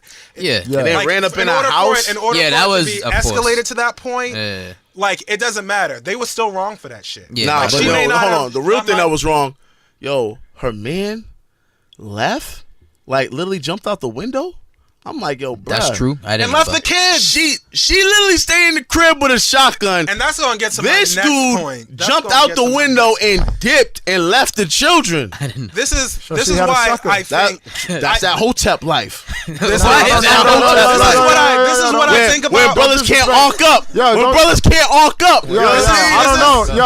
Yo, don't use Hotep in that shit. This is Yeah. this is the Nah, I literally, Yo, he did listen, do Hotep. He listen. said, Yeah. peace, queen. You know what I'm saying? and love the kids. I can understand if he That's was a like, different oh, type of shit. peace. That's a different type of I can peace. understand if he was like, oh shit, this is crazy. You can't be doing this stuff. We have our kids here, and he grabbed the kids and left. But he Right, left right. the kids. You left the kid. Yeah, that's fouled. This is how I feel about it. I think said peace. I don't think black men, we as men, as black men, have the ability to oppress anybody, but we do have the ability to marginalize. You can marginalize people. Good I point. agree. You can't. Good We can point. push people who aren't like we can push black women and black queer people to the margins and say like, okay, your problem isn't really a black problem. When we talk about black issues, we need to talk black issues for just black people, and just black people ends up being translated to black heterosexual men. So I feel like we can marginalize people. We do People not say have- that. People we say do that, not but- have the So a straight black man at economic- the top tier of Of black blackness? people. Not in academia, they're not. There are more black women with degrees than black men. Is that not a fact? Let me clarify that a little bit. I'll use an example for you, and we'll talk about like family structures because I think that a lot of times we talk like when people are talking about issues of misogyny and marginalization in black communities, I'm going to talk about family structures. I can see something that I notice a lot, and I'm not going to say that there aren't any scandalous, you know, ancient women out there who are doing some real fucked up shit. I know that they're out there. I'm not going to say, you know what, they need to get theirs too. But what I notice a lot of times, and I can see with a lot of family dynamics, there's an expectation of black women that isn't put on black men. So, for example, if you have a black woman who is like an ancient mother who's not taking care of her kids, you're going to hear about it. You are going to fucking hear about it. At least in the house, you are going to hear about it. That's like not acceptable. But when you see like black men who maybe pick up their kids, like these niggas who babysit their kids, who like come around every now and then, you know, that same expectation of like interaction with your children and growing up and, you know, being responsible is not put on them. So it's the same thing with Corinne Gaines. Like Corinne Gaines, like there's an expectation of her behavior because she's a woman that isn't always extended on black men. And I think that because of that, there ends up being like this sort of resentment and this issue where black women like get put in a situation where they just have to handle shit themselves. Like Corinne Gaines in that situation, she had to handle fucking shit. No, It's I like, agree. nigga, where the fuck are you going? Because had And it she been had a to black man with a handle- shotgun, everybody would have been heralded. Yo, this brother was so rebellious and so, you know what I mean? that's Like how- the dude in Texas who shot the cops or whatever. All people. There's an expectation. I mean, yo, a lot of people in the black Nah, you community was heralding the brother, yo. But I mean, there's I'm an not saying either expectation way. if you know what I are- mean? Leave But that part out. if you have Bucket, two dog. if you have two individuals who lay down and decide to have a child, the pressure on raising that child is put more on black women than it is on black men. If the black woman fucks up, you know, you're going to hear about it. But if the black dude fucks up, it's I don't know. Hold on. I think child support says different. But the thing about I think the child support law First says of all, different. child support laws is not about black men, about black women. It's about white people getting their hands in your pocket and taxing the fuck out of it. Shit, That's what it's yeah, about. I know that. That's about taxes. That's about white people being like, because like even in situations, But them even brothers in- are suffering out. even in situations with child support, because like if you think about it, like that's what they want. Because Yeah. again, like I got family that's in those situations. That's what they want. They want that child support system to be enacted so that they can have your hands in your pocket. Because even in situations where dudes have amicable relationships with their baby's mother, or like they might be together, but like in a common law marriage, still gotta the government still wants. They don't want him to be taking care of that child. They don't want him to be giving her money because they can't take that tax out of that fucking money. They can't claim. They can't, because when you have child support, if you're a woman who's like living in Section 8 or project housing, they put that towards your total income, so they can raise your rent if you're getting child support for that. So all of this is interconnected in some like real Oh fuck no, shit. that's So why all I that tell shit it's is not because to- they give a fuck. That's not because they give a fuck about black women. He That's said because that. they want fucking money. That's because they want to get You things. trying to Yeah, tell me these but people give a however, fuck? although I agree, I agree with hold you. on, They I give a agree with what fuck you're saying. I agree with what you're saying. However, though, right, the way the system is set up, right, there's I wouldn't want to call it perks, but the system is designed where if the man and the woman decide to have children, and let's say the relationship doesn't work out, the courts themselves will unless you can prove that the sister is unfit to be I a will agree mother, with you on that. they're giving it to the mother regardless. They don't care about anything. And then they go, you know what, sir, you're going to pay the child support. We don't give a fuck where you work, you're going to pay. And if you can't afford it, get a second job or get a third job. They don't give a fuck. Also, when women are abused, right, they could go to shelters. There's several different shelters that work with women to get them back on their feet. You know, they don't have. There's no equivalent to men's shelters that could do the same thing for brothers. And what else? I'm just saying it's like and not to mention too, right, with like marriage, right? Most of the time, it usually like if a brother marries a sister, it doesn't work out. There's a divorce. Usually, the not all the time, but sometimes brothers make more money than the sister. They get alimony. I mean, the sisters get alimony. You know what I'm saying? And they have to keep paying her off. Like when you hear a lot of rappers like, nah, all this like they're paying off these women until the women get back on their feet with another man or something. So even though within sexism or a misogynistic society, there's benefits to women. You get what I'm saying?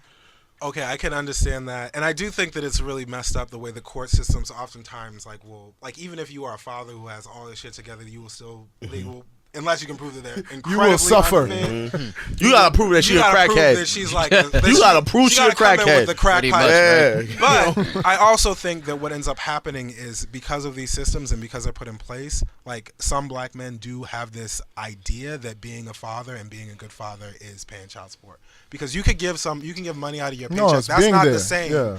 as having to take care of a human being. That's a fucking full-time job. And That's even true. if they're Facts. if a woman is getting child support from you, that's just the money. That's not okay. I gotta Emotional support. Emotional support. I gotta like make sure this motherfucker can read because the schools ain't shit. See- PTA, sports, all that other stuff. Taking Get care real of a history. child is an actual job. So you're saying, oh, I'm there for my kid. I'm there for like if you're a brother who's paying child support, like, and you pick up your child on the weekend. That amount of financial and emotional support that you give your child, very often in our communities, and I see it all the time, then that he's a good father, he's an okay father. If a woman gives that much support to their child, if they did the same thing to their child, it would not be acceptable. It would not be okay. And oftentimes when something I goes don't wrong think with the women and men both child, have the but same I also functions, think yeah. I also think that a lot of times if something goes wrong with the kid, the first thing that you want to blame is the mother. And I see that a lot of times with some kids who are like, I'm from a family of women. So I do have a bias because I watched my mother fucking struggle to the point where she was like had serious health problems, and she actually sat me down and said, "I'm so happy I got to see you grow up because I thought I wouldn't live to see you become an adult." It was that real. She would work 70-hour weeks, and you know, like my it mom. makes me insane when I see people who saying, "Well, why can't you raise a kid by yourself without child support? My mother did it." My mother almost killed herself doing that. And then my father just gets to not do that. He just gets to just be free and just like not I feel like you have that, 100%. not do Not that. take the responsibility. Not take yeah. the responsibility, you know?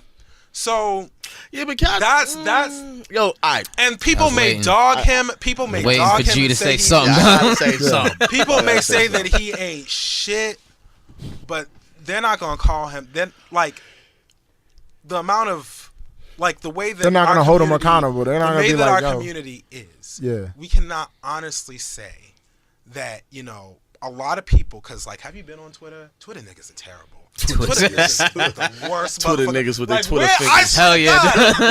God, I swear to God, like, are these like white supremacists like posing Probably. as black people writing Probably. this shit? Probably. Because the hateful shit they say towards black women is like crazy. I'm like, you Facts. thought No, about you this good. shit? Yeah, you Yeah. crazy. You got the Tommy Sotomayor's out there. Like, I'm like, damn, dog.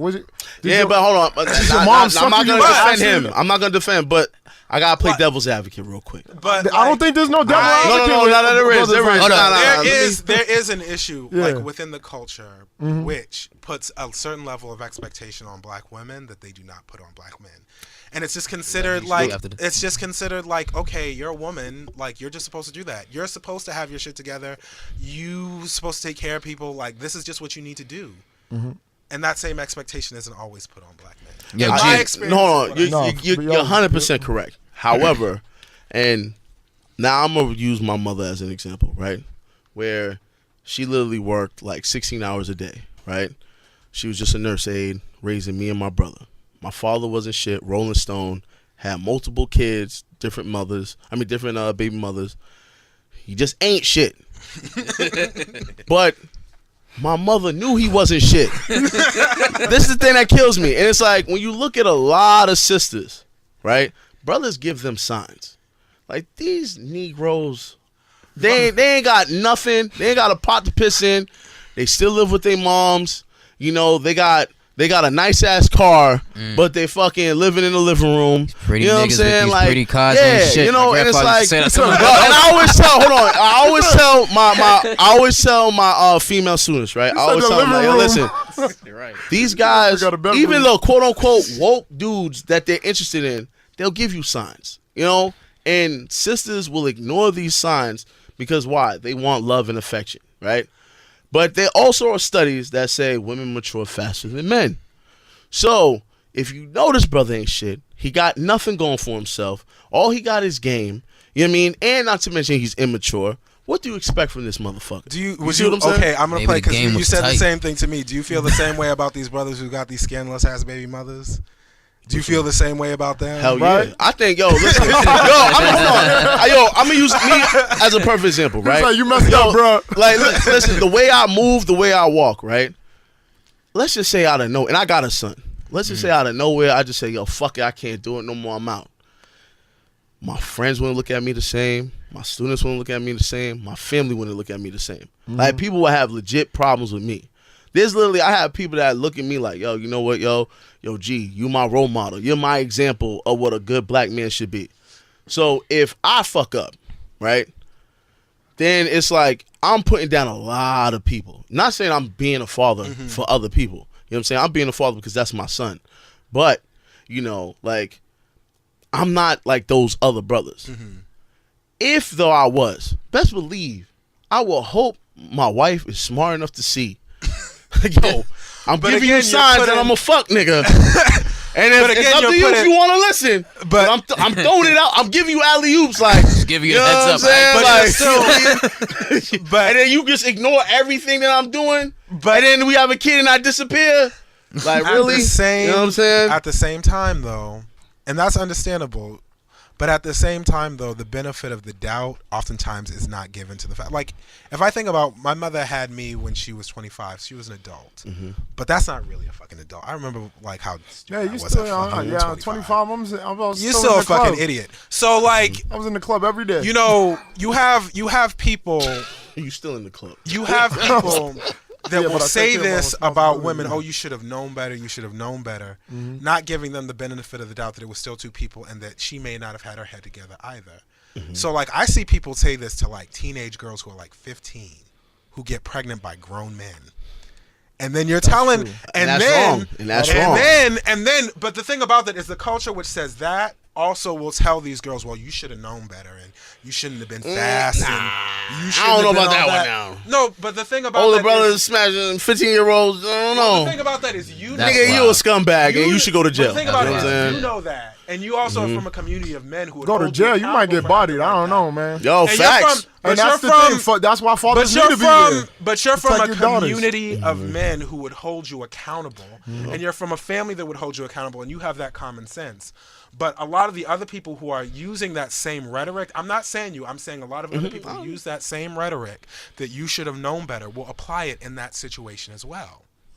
They'll apply it in that situation as well, completely ignoring the fact that okay, this person, these are two people who are young, and like, you know, maybe she doesn't have her head, maybe they're young, maybe they're making like stupid mistakes. She was enamored. Like this benefit of the doubt that you get from being human isn't always like given to black women. Especially agree. sometimes black I agree. women who are victims of like, you know, exploitation and abuse. Like, you know how many times, and I fucking hate when I hear this shit. When you hear somebody calling a 10 or 12-year-old girl fast, it's like, oh, she's fast. That's why that happened. 'Cause she's a child. fast She's and still a everything like child, that. yeah. Because she's a child. And even if she is like acting like fast and overly sexualized, as a parent, I would look at that and say, oh shit, I think my child is being abused. Oh shit, I think that like the reason why she thinks that it's okay to behave like that is because some adult is telling her that it's okay to behave like that and they're being exploited. But instead, your main thing is like, oh, you know, they should know better and all this other stuff. And having this expectation of maturity that you don't always extend on men. Shout out to our intern, just got us some water. Yo, shout out to the young god, yo. Appreciate it. Thank you. Next time, make it alkaline. Spring, Shut up, man. It's spring water. Shut your mouth. I was gonna still say not spring's alkaline. good enough. No. So why you drinking it? All I'm right, shut thirsty. your mouth. All right. So yo, we got a few questions. We still got a little bit of time too, so I'm actually gonna jump down a bit. So discussing woke. Let's go with this one. In woke culture, is there too much emphasis on viewing oneself as a victim or oppressed? We talked about that earlier. Oh yeah, you did go into that Yeah, one we earlier. did go into that already. I think. So then let's jump into here. Is that was woke my whole point. is woke culture good for our community, or is wokeness aiding in the destruction of the black community? Yeah, I'm gonna say it all depends on how you use your Intersectionality, quote-unquote darkism, all wokeness. that. I get really nervous when people say this is destroying the black community because usually people who are saying that follow it up with some really ridiculous. Nah, I'm gonna say this. I'm gonna say destroying my. I'll say this. Yeah. It is definitely dividing though, Yeah. and not just the wokes, but also the hoteps or the quote unquote conscious people, right? Everybody's like, yo, we gotta, you know, pick your team, and you gotta stay with your team, right? Me, I look at it as like, how come we can't just all come together, regardless of our identities? But on all aspects, on every side, everybody's saying, you know what? Nah, fuck that. If you're not agreeing with me, fuck you. This that, and the third, and that's the problem. And so, you know, So I do you believe think- it is divisive. So, for example, right? If let's say I don't identify as a cisgender man, right? If I go like I don't want to use that term, Right. you know, I don't see it to be a problem. If a person doesn't want to use I it, don't hey, either. okay, you know, like to me, only time I will use my pronouns is if someone in the room His dirt day. is if somebody in the room identifies as something other than how they appear to be, then it's like, okay, you know, I will use mine. But for the most part, it's like, you know, if I go down the street and I randomly see a guy that looks like Rome, I'm gonna think it's a he, you know. unless he tells me otherwise. But to me, it's like with this woke culture, it's so extreme now. Yeah. Yo, half the time, I'm being honest, man. Like, there's certain students, I got radical feminists. I get Radical. nervous. I don't even know what to say half the time. I be fucking up. I'm like, oh shit. Like, The thing about it is- I mean, they on it. They be like, yo, you're not supposed to say that. You fucked up right there. The thing about it is, a lot of times they're young and they're just at the point where they feel like I'm confident. hip. Yeah, they enough. just got into it. They just got into Yeah. it. And then sometimes this is going to sound real unpopular. 90% of the time, people who actually are non-binary or trans, like, they're typically not, they're like, okay, these are my pronouns. This is how I prefer to be called. They're not all crazy and out there about it. It's the allies, the so-called allies of that community that be on some crazy shit. And it's like, you're louder than the people who actually are affected by this. That's how I feel about that. When it comes to like wokeness and being woke, like I said, I define woke as, you know, becoming aware of like systems of oppression, becoming aware of how the world works, how you're impacted by that, how it impacts other people, and on this journey of questioning that system and also gaining knowledge and critiquing that system and critiquing the systems of knowledge which are provided. So if you look at woke that way, I think everybody should be woke. I think everybody should be on that journey. I think everybody should explore that. And I don't think that will divide our community. I think that'll create a community of conscious and critical thinkers who don't, you know, steal people's, you know, artwork and put, you know, shitty filters on them and make bad hotep ass memes out of them. I think that that'll help our community grow and develop, because that's what I want. I'm not saying you have to think like me, but what I'm saying is think about how you're coming to these conclusions and be a critical thinker. That's what I appreciate people who are critical thinkers. If you disagree with something I'm saying and we can have a conversation because you're a critical thinker, I can appreciate that. Yeah. But when, you know, I can't say that, you know, I'm not going to say that, you know, because you were on Facebook or Tumblr and you saw this thing and now you're saying the right words that makes you woke, and like, you know, you've reached the summit of the woke mountain. You know, that I don't think is helpful for our community, because that creates this idea that I've attained this knowledge and that makes me better than you. You know, if you're really saying that you're woke, you're inviting somebody to go on this journey where they're beginning to question the world around them and beginning to gain knowledge and security, you know, as a critical thinker and as like a true intellectual. Gotcha. Yo, Rome, you answer it, man. You've been silent. Yo, I'm sitting back learning. But I think it's definitely divisive. But I told you the same reason. Speak your speech, nigga. The reason I say it is just because if we're all to combat white supremacy, I guess my whole thing usually is it's combating white supremacy, and then I'm about like black group economics, yo. You know what I mean? And so those two things are important, and I don't need to divide. We don't need to divvy up all these different groups to do that.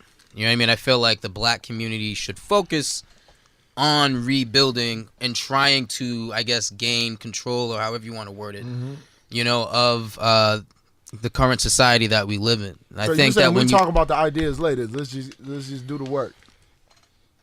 Kind of. I mean, not really. I don't want to. I don't want to dismiss anyone talking about whatever they feel like they need to go through. Yeah. Yo, Rome, let me ask you a question. What up? Again, I'm playing devil's advocate, but this is real talk questions. How can you do that when you have a certain part of the community that will say view, let's say the LGBT community as, you know, this is something that's a sin. You're going to hell. You know, so then it might not even be a religious issue. It could be a religious issue. Yeah. It could be just social, cultural. It could just be a number of things where they're just like, you know what, we're not rocking with that shit. You know, I understand. How can you come together on that if they're clearly saying like, you know what, ideologies we're not ain't fucking the with same. you. Well, listen, I think that I don't think anyone's gonna be perfect. I don't think anyone's gonna rock with everyone has to say. I don't know if I'm in the business of changing minds. I am in the business, though, of trying to get everyone on, like, one accord, get everyone on one note. If we can do that around group economics and fighting that system of white supremacy, however you want to call it, I guess that's my focus. But it kind of goes into what we were talking about earlier. When you've internalized, you know, white supremacy, or you've internalized, like, Arab supremacy, right, as a black person. So then you look at your people and go, you know what, you're wrong Is because that Arab supremacy? you'd be surprised, bro. I just You'd be caught that. Arab surprised. supremacy. But people look at you and go, "Oh, you're wrong because you're not following the Bible, or you're wrong because you're not following the Quran." Yeah. Wait, Listen are we here, saying young the Bible brother. equates to white supremacy though? I'm someone Listen, who the way doesn't it's subscribe being to used, much. yes. This is the thing. You know what I'm saying? Because, you know, I'm not saying like Hebrew Israelites may be a little Wait, different, but let's say like, you know, or even like an AME church may use it a little Yeah. different. But let's just say like, you know, a traditional like Pentecostal or something, or a Seventh-day Adventist or whatever. They're looking at it from a European paradigm, right? So they're gonna go, you know what, brother, you shouldn't be doing A, B, C, E, F, G. You need to repent and go to our Lord and Savior Jesus Christ. You know, it's like they're not trying to hear anything else after that. So it's like, can you really come together with those type of people? I mean, that's the struggle, coming together. I don't know how to do that. You know, I don't know how to do that. I think that everyone would literally have to put their differences aside and stop arguing. You know what I mean? And then come together for the purpose of, you know, this bigger fight that we're in. You know, so But how do you that's come- the only reason think why I feel about like this. it's divisive. But how do you come together when a lot of people, So, again, because remember, okay. it's wokeness, right? Some people Maybe. are woke. There's people that are far from woke, far from it. They don't know what's going on in this world, right? There's people that go, oh my God, I didn't know racism was that real until Trump got in office. Like, you hear dumb shit from people. You see what I'm saying? And that's Like, the thing about encouraging people to be thinkers, encouraging Exactly. people to be critical thinkers. If you create that community that encourages people to be critical thinkers, and also encourage people to be empathetic. Like, that's the thing. People talk about black love. That it's very easy to have, you know, that feelings of filial, you know, like connection to people who are exactly like you. You know, but when that can be used across all. When you develop this idea, it's like, okay, we are black people. No matter what intersection of black you are, being black affects and impacts that. So if you understand that, if you have that understanding of that, then that can make you more empathetic towards a black person who may not have a lifestyle like yours. But in order for you to do that, you have to be a critical thinker. You have to be able to question your own perceptions and why you think that way and why you feel that way towards somebody. I think you hit it on the head when you said empathy. I think if you use that, if you have empathy, then that can span across all of these different, you know, subcategories of racism. It's Food, do really you just agree? about What? do you agree? On what? On The empathy? question? Yeah. No, I agree. I always say on empathy, but I don't agree that people with because for that to be the case, somebody has to drop their ideology at the same. So if I disagree with something, and you adamantly to you're be like, yo, this empathetic. is You what have to drop the ideology. No, not to be. Not I to think, come together. I think no, you're saying to come no. together. Don't misconstrue me. What I'm saying is to be empathetic is just to show tolerance to another human being as a human being, right? And just saying, all right, I'm not agreeing with what you're doing or what you believe in, but just as a human being, I'm ready to, you know what I mean, have a dialogue with you or see where you at. But what I'm saying is, if you have an ideology that you live by, you shouldn't drop your ideology to make the movement bigger or greater, because then what does your movement stand for? But Well, I think you're implying that your ideology isn't tolerant then. I And if it don't isn't believe tolerant- I don't believe every ideology should be tolerant. I mean, you don't need to tolerate Here's everything. I'm gonna use this example. You don't need And, to condone everything. You know, people. And here's the thing about condoning and agreeing. If somebody is trans, I don't understand how you can agree or disagree with somebody else's sexual identity. That has nothing to do. well, with you.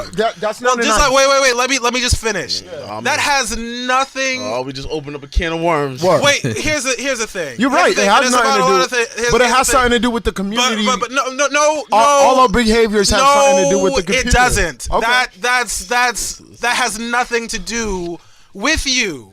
What somebody does with their genitals with two consenting adults who are not being forced or underage has nothing to fucking do with you. So the whole idea that I have to agree or disagree with something that has absolutely nothing to do with me is insane. And that's the same thing I feel about that's the same thing I think about understanding, because there's something a little bit fucked up about the idea of understanding.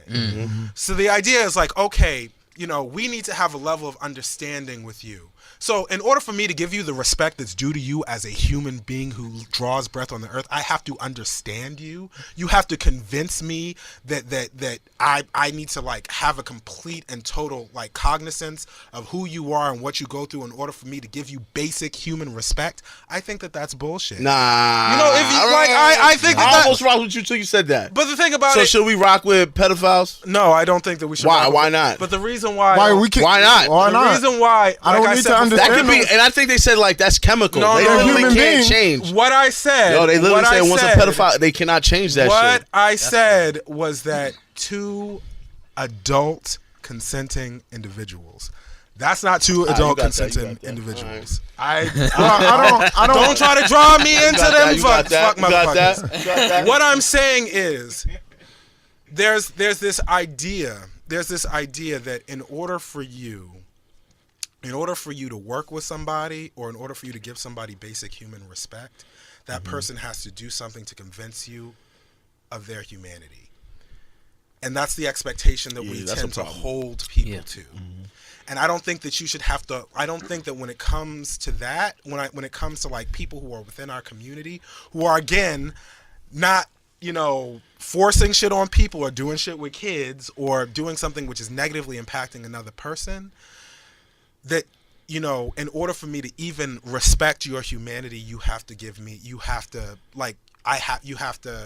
validate your existence to me, or validate who I don't you think are. nobody's saying Yo. that. What I'm saying is don't drop your ideology to adhere to somebody else's. And that's But the thing basically about what it I'm is, saying. how does your ideology like? Well, okay, I like, mean, if I'm that's talking another about question me, if you don't If I'm talking about yeah. my sexual identity, it's Okay. like, So that's an ideology. To say that but the thing about sexuality that- is an but the thing about identity that is an my ideology. Sexual identity only has to do with me and who I'm having Like, sex with. in my thinking, So, like, how I don't do say. I- But then, I don't but then, say hold on, I this is am. where I gotta. I'm my a co-sign sexuality. Fu a little bit, because then it's kind of like, why identify with your sexuality? You see what I'm saying? If that's just between you And I'm and not- another What consenting let me adult, clarify- why don't let you me just clarify- say, you know what? Hey, I just identify as a black person Let me clarify. who happens to be gay or who happens let to me be clarify- bisexual or let me- whatever. Let me clarify what I'm saying. Mm-hmm. So, what I'm saying is, when it comes to like, I don't agree with somebody else's sexuality, what you're basically saying is that's some shit that I would never do. But the thing about it is, you don't have to do the shit that they're doing Agreed. in order to give them respect as a human being. Agreed. Just because you're like, okay, I'm cool with this person who, is gay or bi or asexual, that doesn't mean that I myself am going to do the things that they do. That simply means that their sexual identity as a person, even though that's part of who they are, that's not going to make me not give them basic respect as a human being. And a lot of people think if you give that person basic respect as a human being, and you like have that level of acceptance, that you are doing the same thing that they are doing, or that you would do the same thing that they're doing, which you're not, because that has nothing to do with you. Do you agree, Fu? What I think, as I said before, I agree with empathy. I agree with treating human beings just on a level of human being. We should all treat each other well. Nelly Fuller, who wrote the long name compensatory code, but he talked about in the book that every society, right, and every people's need a code of conduct, right? You gotta and that community will determine what is and isn't okay within their community by how behaviors affect their community. Okay. So any number of behaviors can affect communities adversely or proact.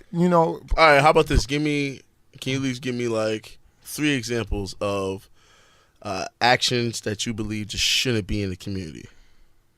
Actions that should not be in the community. Yep. We talked about like single father or single parenting, right? So that's actually a good one. There are some people who believe that you don't necessarily need nuclear families, or it makes no difference whether the family is nuclear and that might be true, that a family can make it if it's not nuclear, right?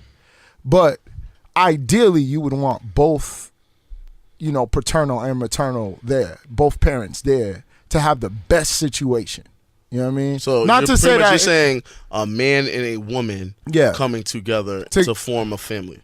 But aren't nuclear Yes. family structures European concepts? I don't know. Embracing as black people. I don't know. I don't know. I think I don't Come know. on, yo, onks up, fool. Come on, son. I don't know that. And I'm not saying that nuclear. I'm not. I don't know. I'm not Son. saying It's that a nuclear dog. families are bad. Shit, Like if bro. I have a family, I want to have a nuclear family where it's me and my wife and my children. I'm not saying that that's bad. That's the type of family structure that I want Yeah. to have. But I'm also not going to say that my community is completely fucked up if every family structure isn't like mine. I don't That's know. I all just I'm look at saying. I look at the evidence from From what? all right, so we can talk about all right, let's go pre-1980s, right? Okay. When most black families were nuclear, right?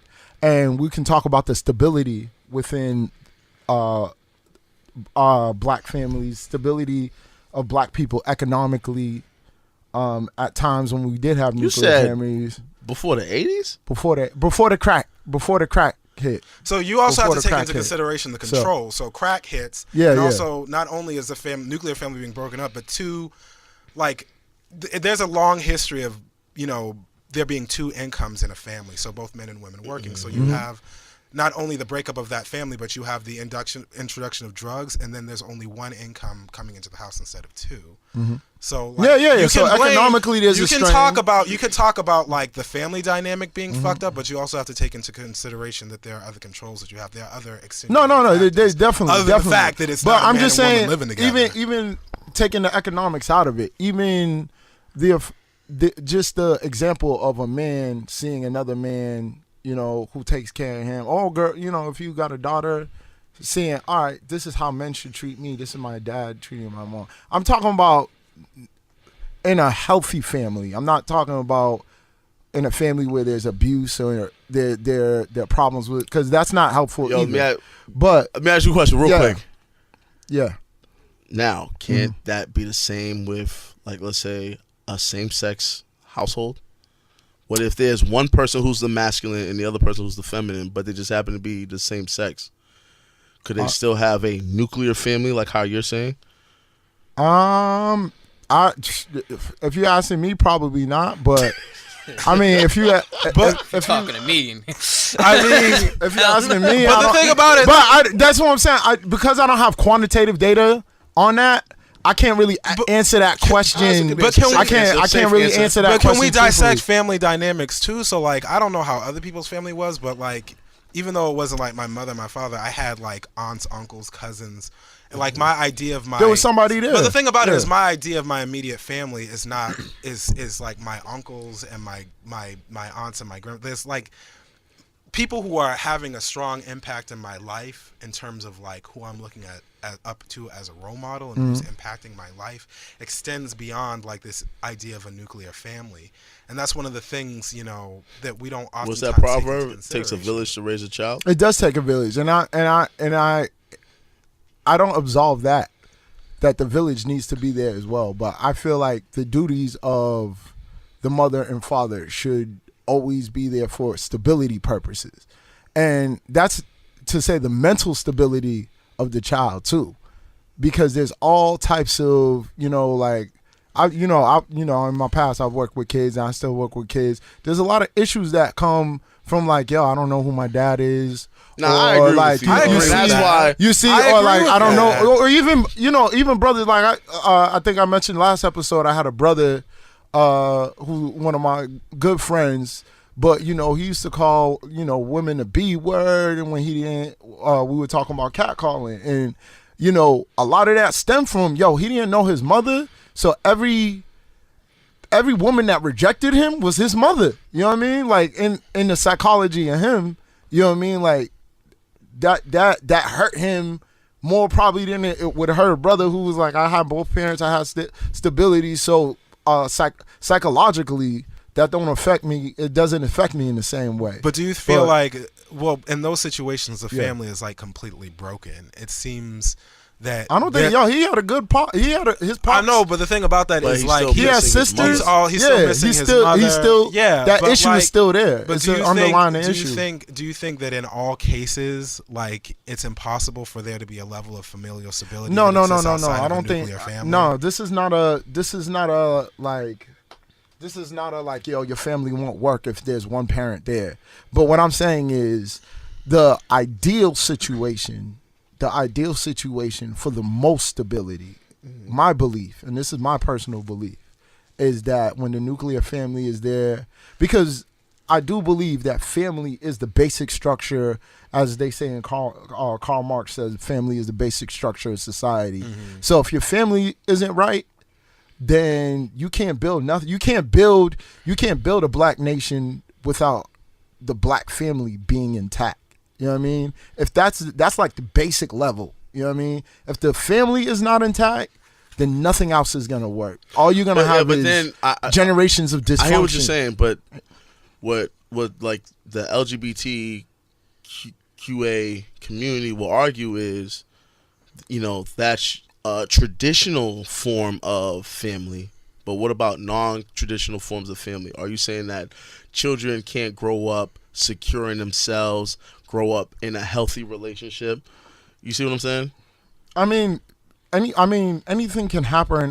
You can have a nuclear family and the father's beating a mother, or even the mother's beating a father. Like, that's still destructive. So, I mean, it If that's really what you're falls saying, down. But I feel like I don't understand why you said. I do understand, but I don't understand why you would say, we need to establish a code of conduct, right? Well, and the code of conduct is man, woman, and we come together to raise the children. Yeah. But other forms of family isn't within that code of conduct. You see what I'm saying? Unless there's a reason. And I think this is what goes into what you're saying, critical thinking, right? Okay. So it's I like, do feel why like- do you feel this way? I do feel like psychology is affected, right, by say you in a single mother household, right? But you don't have an example of a masculine or what a masculine is supposed to be, right? That's gonna affect your psychology. Yeah, I but think hold that- on, we're I talking think- about, but And that goes for we're little hold on, boys time and out. little girls. Yeah, but so you're talking about gender roles, right? yeah, That is, to me, how I look at gender roles in this society yeah. is determined by white supremacy. We're literally taught how to think I don't necessarily think white- that's true. like I white don't, I don't males. think that's true. I That- think you can go to China and find Yo. a mom and dad. I think you can go. Well, Yo, you bro, can, I you can think go you to can- China Yo, and find fool, I think it No, was no, mom and 3 dads. Hold on. Like, you can go Yeah, like yo, a different I think mean, it was I don't know, I episode- don't know, I I think it don't was know. episode 1. I don't think it know, was I don't episode know. 1 where you literally was saying like, yo, a woman shouldn't work, a woman shouldn't do this, No, a woman shouldn't not do a that. not a and then woman. you was like, Hold on, a man hold on, should hold on, protect. hold on, hold on, Would hold you on. say protect, protect, provide, defend, yeah, and defy. defend, and what he said, provide, right? Yeah. That's what you said a Yes. man's job is, right? Yes. And So I was I'm like, yo, saying- but couldn't those same qualities apply to women? And you was like, and I'm like, shouldn't both parents do that? You see what I'm Yeah. saying? No, so no, it's like, yo, it's yeah. like Yes we're going into this thinking like white people, right? Like, oh, okay. No, well, I don't think that's a white. Listen. You might think that white supremacy determines existence. I don't necessarily think that. I think, But it does impact. I don't think nuclear families were started by white people, and that in Africa we never had nuclear families. Well, I don't know that. I was can a- tell you. Now I do know. We also have I do know polygamy, that. bro. Listen, Yeah. hold on, polygamy is not a nuclear family. hold on. I mean, But you're polygamy saying, to me is a wait, hold nuclear on, but family. No, it's not to This you, is- but not me, to the rest of poly- society. Because there's still Pete, there's still the components of a mother and father. There might be multiple mothers, right? There might be multiple mothers in the situation, even if it's a polyandry, right? And there's multiple fathers in the situation and one mother. It's still you still have A a nuclear- dynamic well- of So what you're describing is you're yeah. describing a familiar situation where there's both strong male and female presence. that's basically what I'm So saying. the thing about that is So then that just say doesn't that. that doesn't necessarily have to be a nuclear family. Exactly. The reason why it's important for us to stress nuclear families is because like that's a family structure that we have, in our communities now. and that's provided. Oh, that's I don't something think that we don't have. have. We That's wish, something- we wish we had. 70% of our households don't have Well, that. the thing about it is that that's the standard Mm-hmm. that we have now. You know, and the reason why we uplift that standard is that we have a very romantic view of what the past. I don't know if it was romantic because I mean, it's a romantic I mean, standard because, like, what I'm saying. if I look is, at like, Black Wall Street, how many of those? How many people in Black Wall it's Street still, had single? and then what? And then white people still fucked them over, didn't they? I mean, but that had nothing. But that had nothing to do with the But what family I'm structure. telling you- That had but to what do I'm- with. But what I'm telling their you problems. is, what I'm telling you is that we allowed that specific family structure because that's one that we adopted as our standard. And I'm not saying that that's a bad family structure to have. I'm not saying it's an unhealthy family structure. I'm not saying that we need to ditch that and go and not have any family structures. What I'm saying is that that's one that we've appropriated, and we think that that's the standard. That's the only way to have a family, because that's the image that we would have been given on what a family is supposed to look like. Now, like, I would like to have a nuclear family one day, but I'm also not going to say that a family that does not look like mine is not able to operate as a healthy family. And I'm also not going to pull the bullshit about, well, our ancestors didn't do this, that, and the third, because Africa, again, is a diverse place. Yeah, A every lot tribe of has different their own ethnic systems. groups You're right. there. You're right. They have Tribes very their own different systems, very different definitions of what family is supposed to look like, how inheritance looks, gender identities, all sorts of things, what it means to be a man, what it means to be a woman. So you trying to say that, you know, the black family is this one thing. Well, I wasn't talking about But the Africa. I was thing talking about. But the thing about I it was is talking you're about still African talking American, about- so- you're still. But the thing about it is you're still talking about the black family being this one thing. Now, for me, I didn't what say the black hope- family. I never said that. I think you insinuated that. Then I said speak that. your speech, nigga. What you did trying to say say? You did Speak say your the black speech. family. Huh? You said the black. You Yeah, I did say the black You did family. say like the nuclear I did black say family for- is what we should be. You said Yeah, that's I what we think should be that's- Yeah, striving but you we said should we be need to striving develop a for. code I of still believe conduct, that. and one of the code of conducts needs to be a nuclear family. I'm just Again. saying, within a black code of conduct, right? again. I think that's within a black- something. That's something. If you fuck with what I fuck with Cress Welsling. You might not like Cress Welsling. I respect that. I mess with Cress Welsling. I That was one mess of the with questions. I Nilly couldn't get into Fuller. it, though. I mess with Nilly Fuller. That's what I mess with. So if you don't, you know what I mean. The thing So about I'm it is basing on like, the writers remember, that I the thing about it is like, I mess with a lot of like scholars. I Mm-hmm. really appreciate the things that they have to say. I really like their writings, but I have to remember that with each of these scholars, just like with me, these people have internalized their oppressor as well. So I look at them, and I have to look at them critically. I have to be Okay. like, I agree with you with some points, and some points I don't agree with you. Just like you're doing. What I'm saying is, again, a nuclear family is something that I want for myself. Okay. But I'm not going to say that every black person, in order for us to operate as a community, has to be on that same wave. I'm also not going to try to legitimize my argument by, you know, doing a very reinforcing this very problematic ideas that, you know, our ancestral African culture was this one way, when in reality, I never there's a insinuated that. there's Africa is a diversity. continent. It's not a country. Africa- like, Yo, man, it's a fool, stop it, disaster.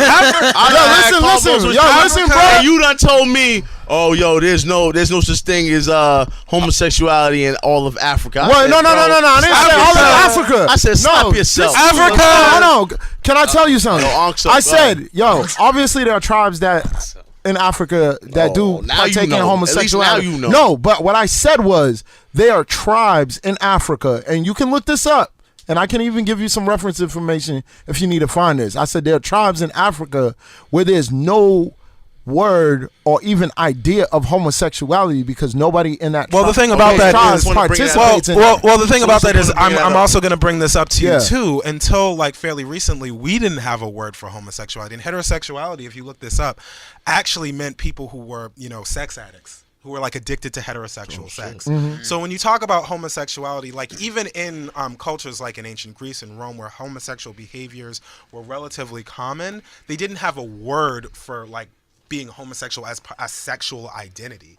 It was considered like a behavior Well, yeah, or that's something like that. yeah, because that's how they live. It was Like it was it's not- normalized in their culture. There's no single word for it, and that's the thing that we have to understand about language. Like the ancient Egyptians didn't have a real word for art, and they had art. Like languages function on different like wavelengths. When we talk about like defining a sexual identity, like we do nowadays, our perception of these identities is very much particular to the time. That doesn't mean that those specific cultures do not not have people who engage in homosexual behaviors, who don't embrace queer identities or non-binary identities.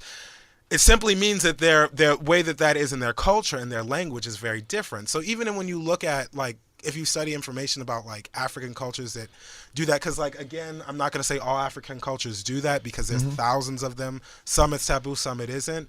But even within those cultural constructs, what it means to be part of that sexual identity there is very different than what it means to be in the United States.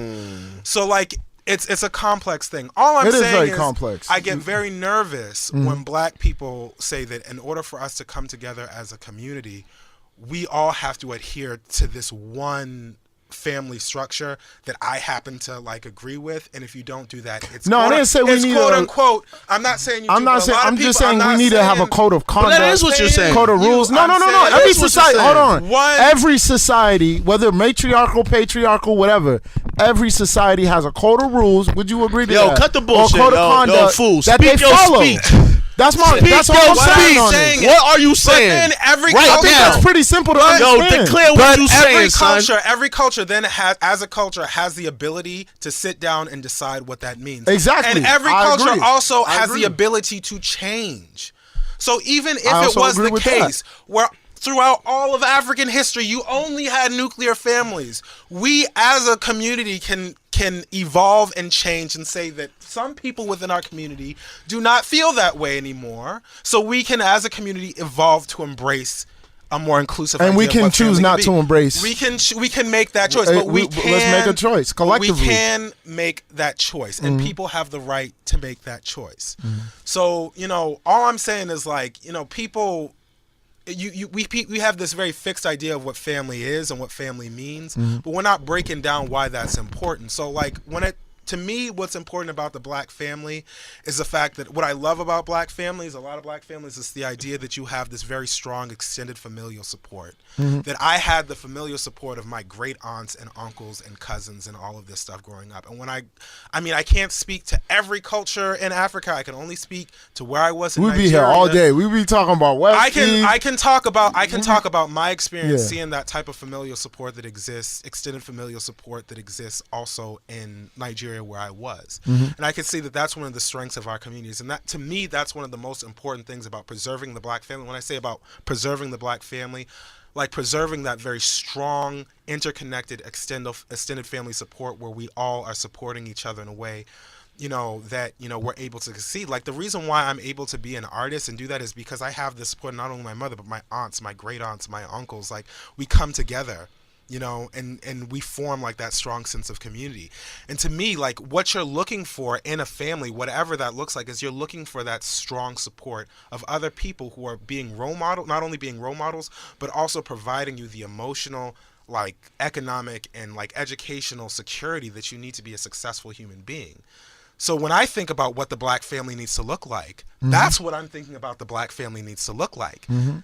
All these other things, like that's how that's what I want. It may not be what you want, but I think as people, we should say our families should be able to provide that support for young people. Right, and as long as they're getting that, I feel you. As long as they're positive and they're protected and they're getting fed and they're getting fed the right, proper information, that's all good. Yo, Well, but go ahead.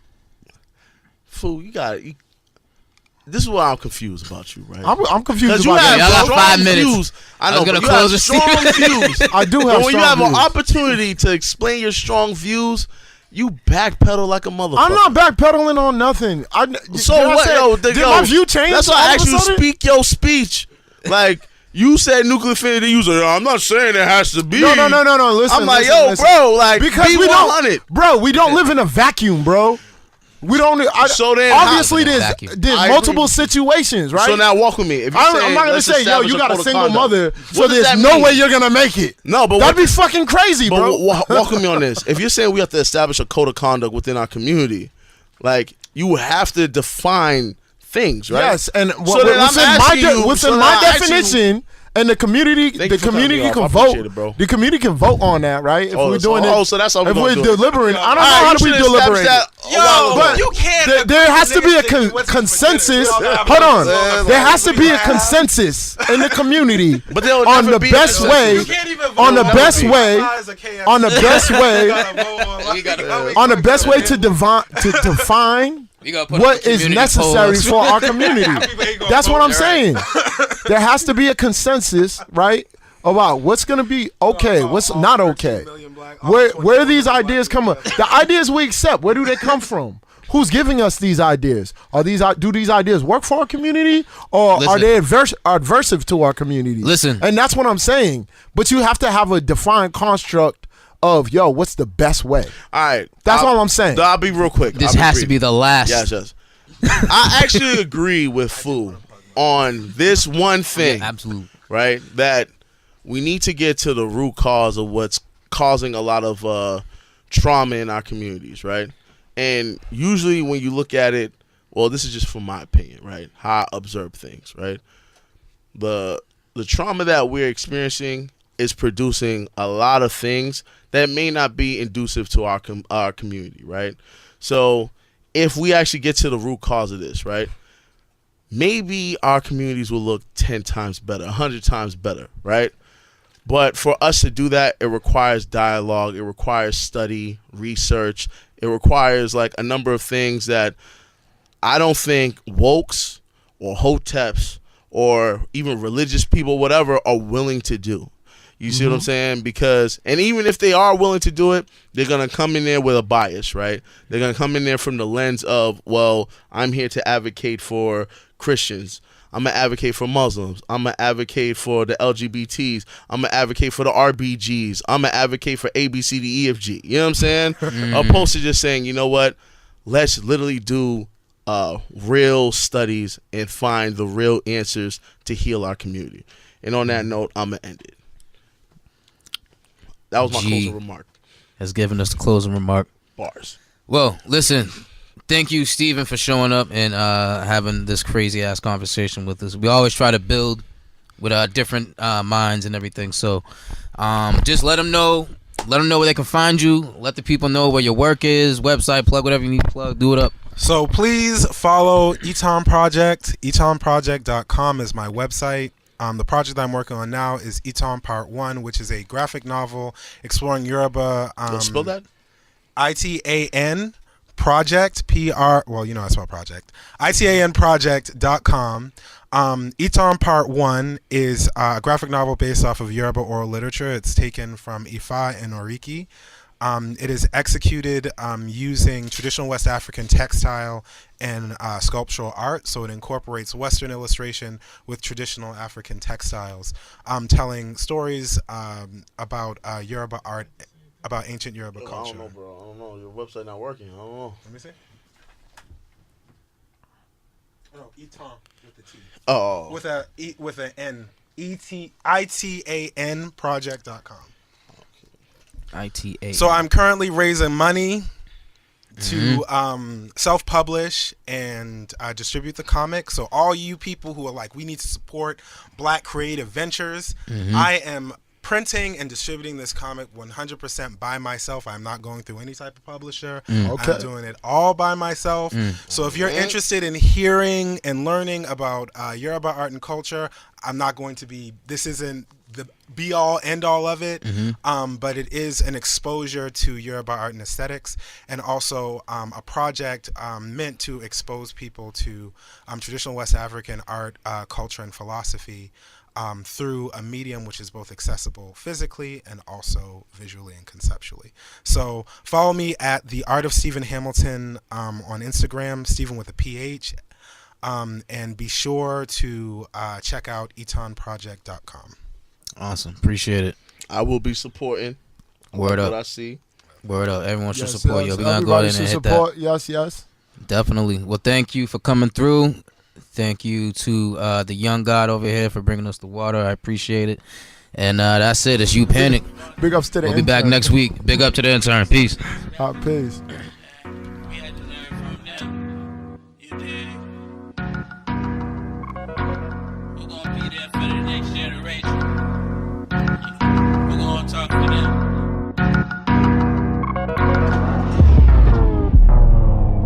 In the world lesson. Most don't get the message. I pray for delicatessens and God's blessings. A place to lay my head when I'm resting. Yeah, you know I'm nice and you guessed it. This the 7th day in the morning. 617 I'm on. 6 minutes I'm on. Old school, new cat. I move a little cool cat. Tryna get my hands up, Sabanza. Rolling in the Benza. Black Bonanza, I'm the black Tony Danza. I paid the cost to be the boss, Rick Ross. Every day I floss. Most women are lost cause they are moth. And I don't sweat a Lacoste. Hoping she doing better. Can't replace what we lost. All I know is that the future is ours. You needed help, you should call. I'll be damned if I be taking the fall while other dudes making the call. How you gonna be with someone else when you ain't even know yourself? I said, yes, what's up? I said, yes, what's up? Yeah, how you gonna be with someone else when you don't even know yourself? I said, yes, what's up? I said, yes, what's up? As father's weakness, tooth fairies, scary dreams, good night sleep. Birthdays, ball games, and swim meets. First words they utter, first words they speak. Shallow relationships, infinite waters, they run deep. Please, you trying to be discreet, I see. Said the blind man, he chimed in. Everything in life is time in, like Ryan Man, or shine in and grind in. Be a demand, a person who stands. Know thyself and know thy land. And know thy man, your pineal gland, that crystal clear, that mind diamond, the inner workings of self to get to know thy man, that ocean flow, that ocean flow. I'm great like Goroshito. I know so much, but I could know so more. How you gonna be with someone else when you don't even know yourself? I said, yes, what's up? I said, yes, what's up? Yeah, how you gonna be with someone else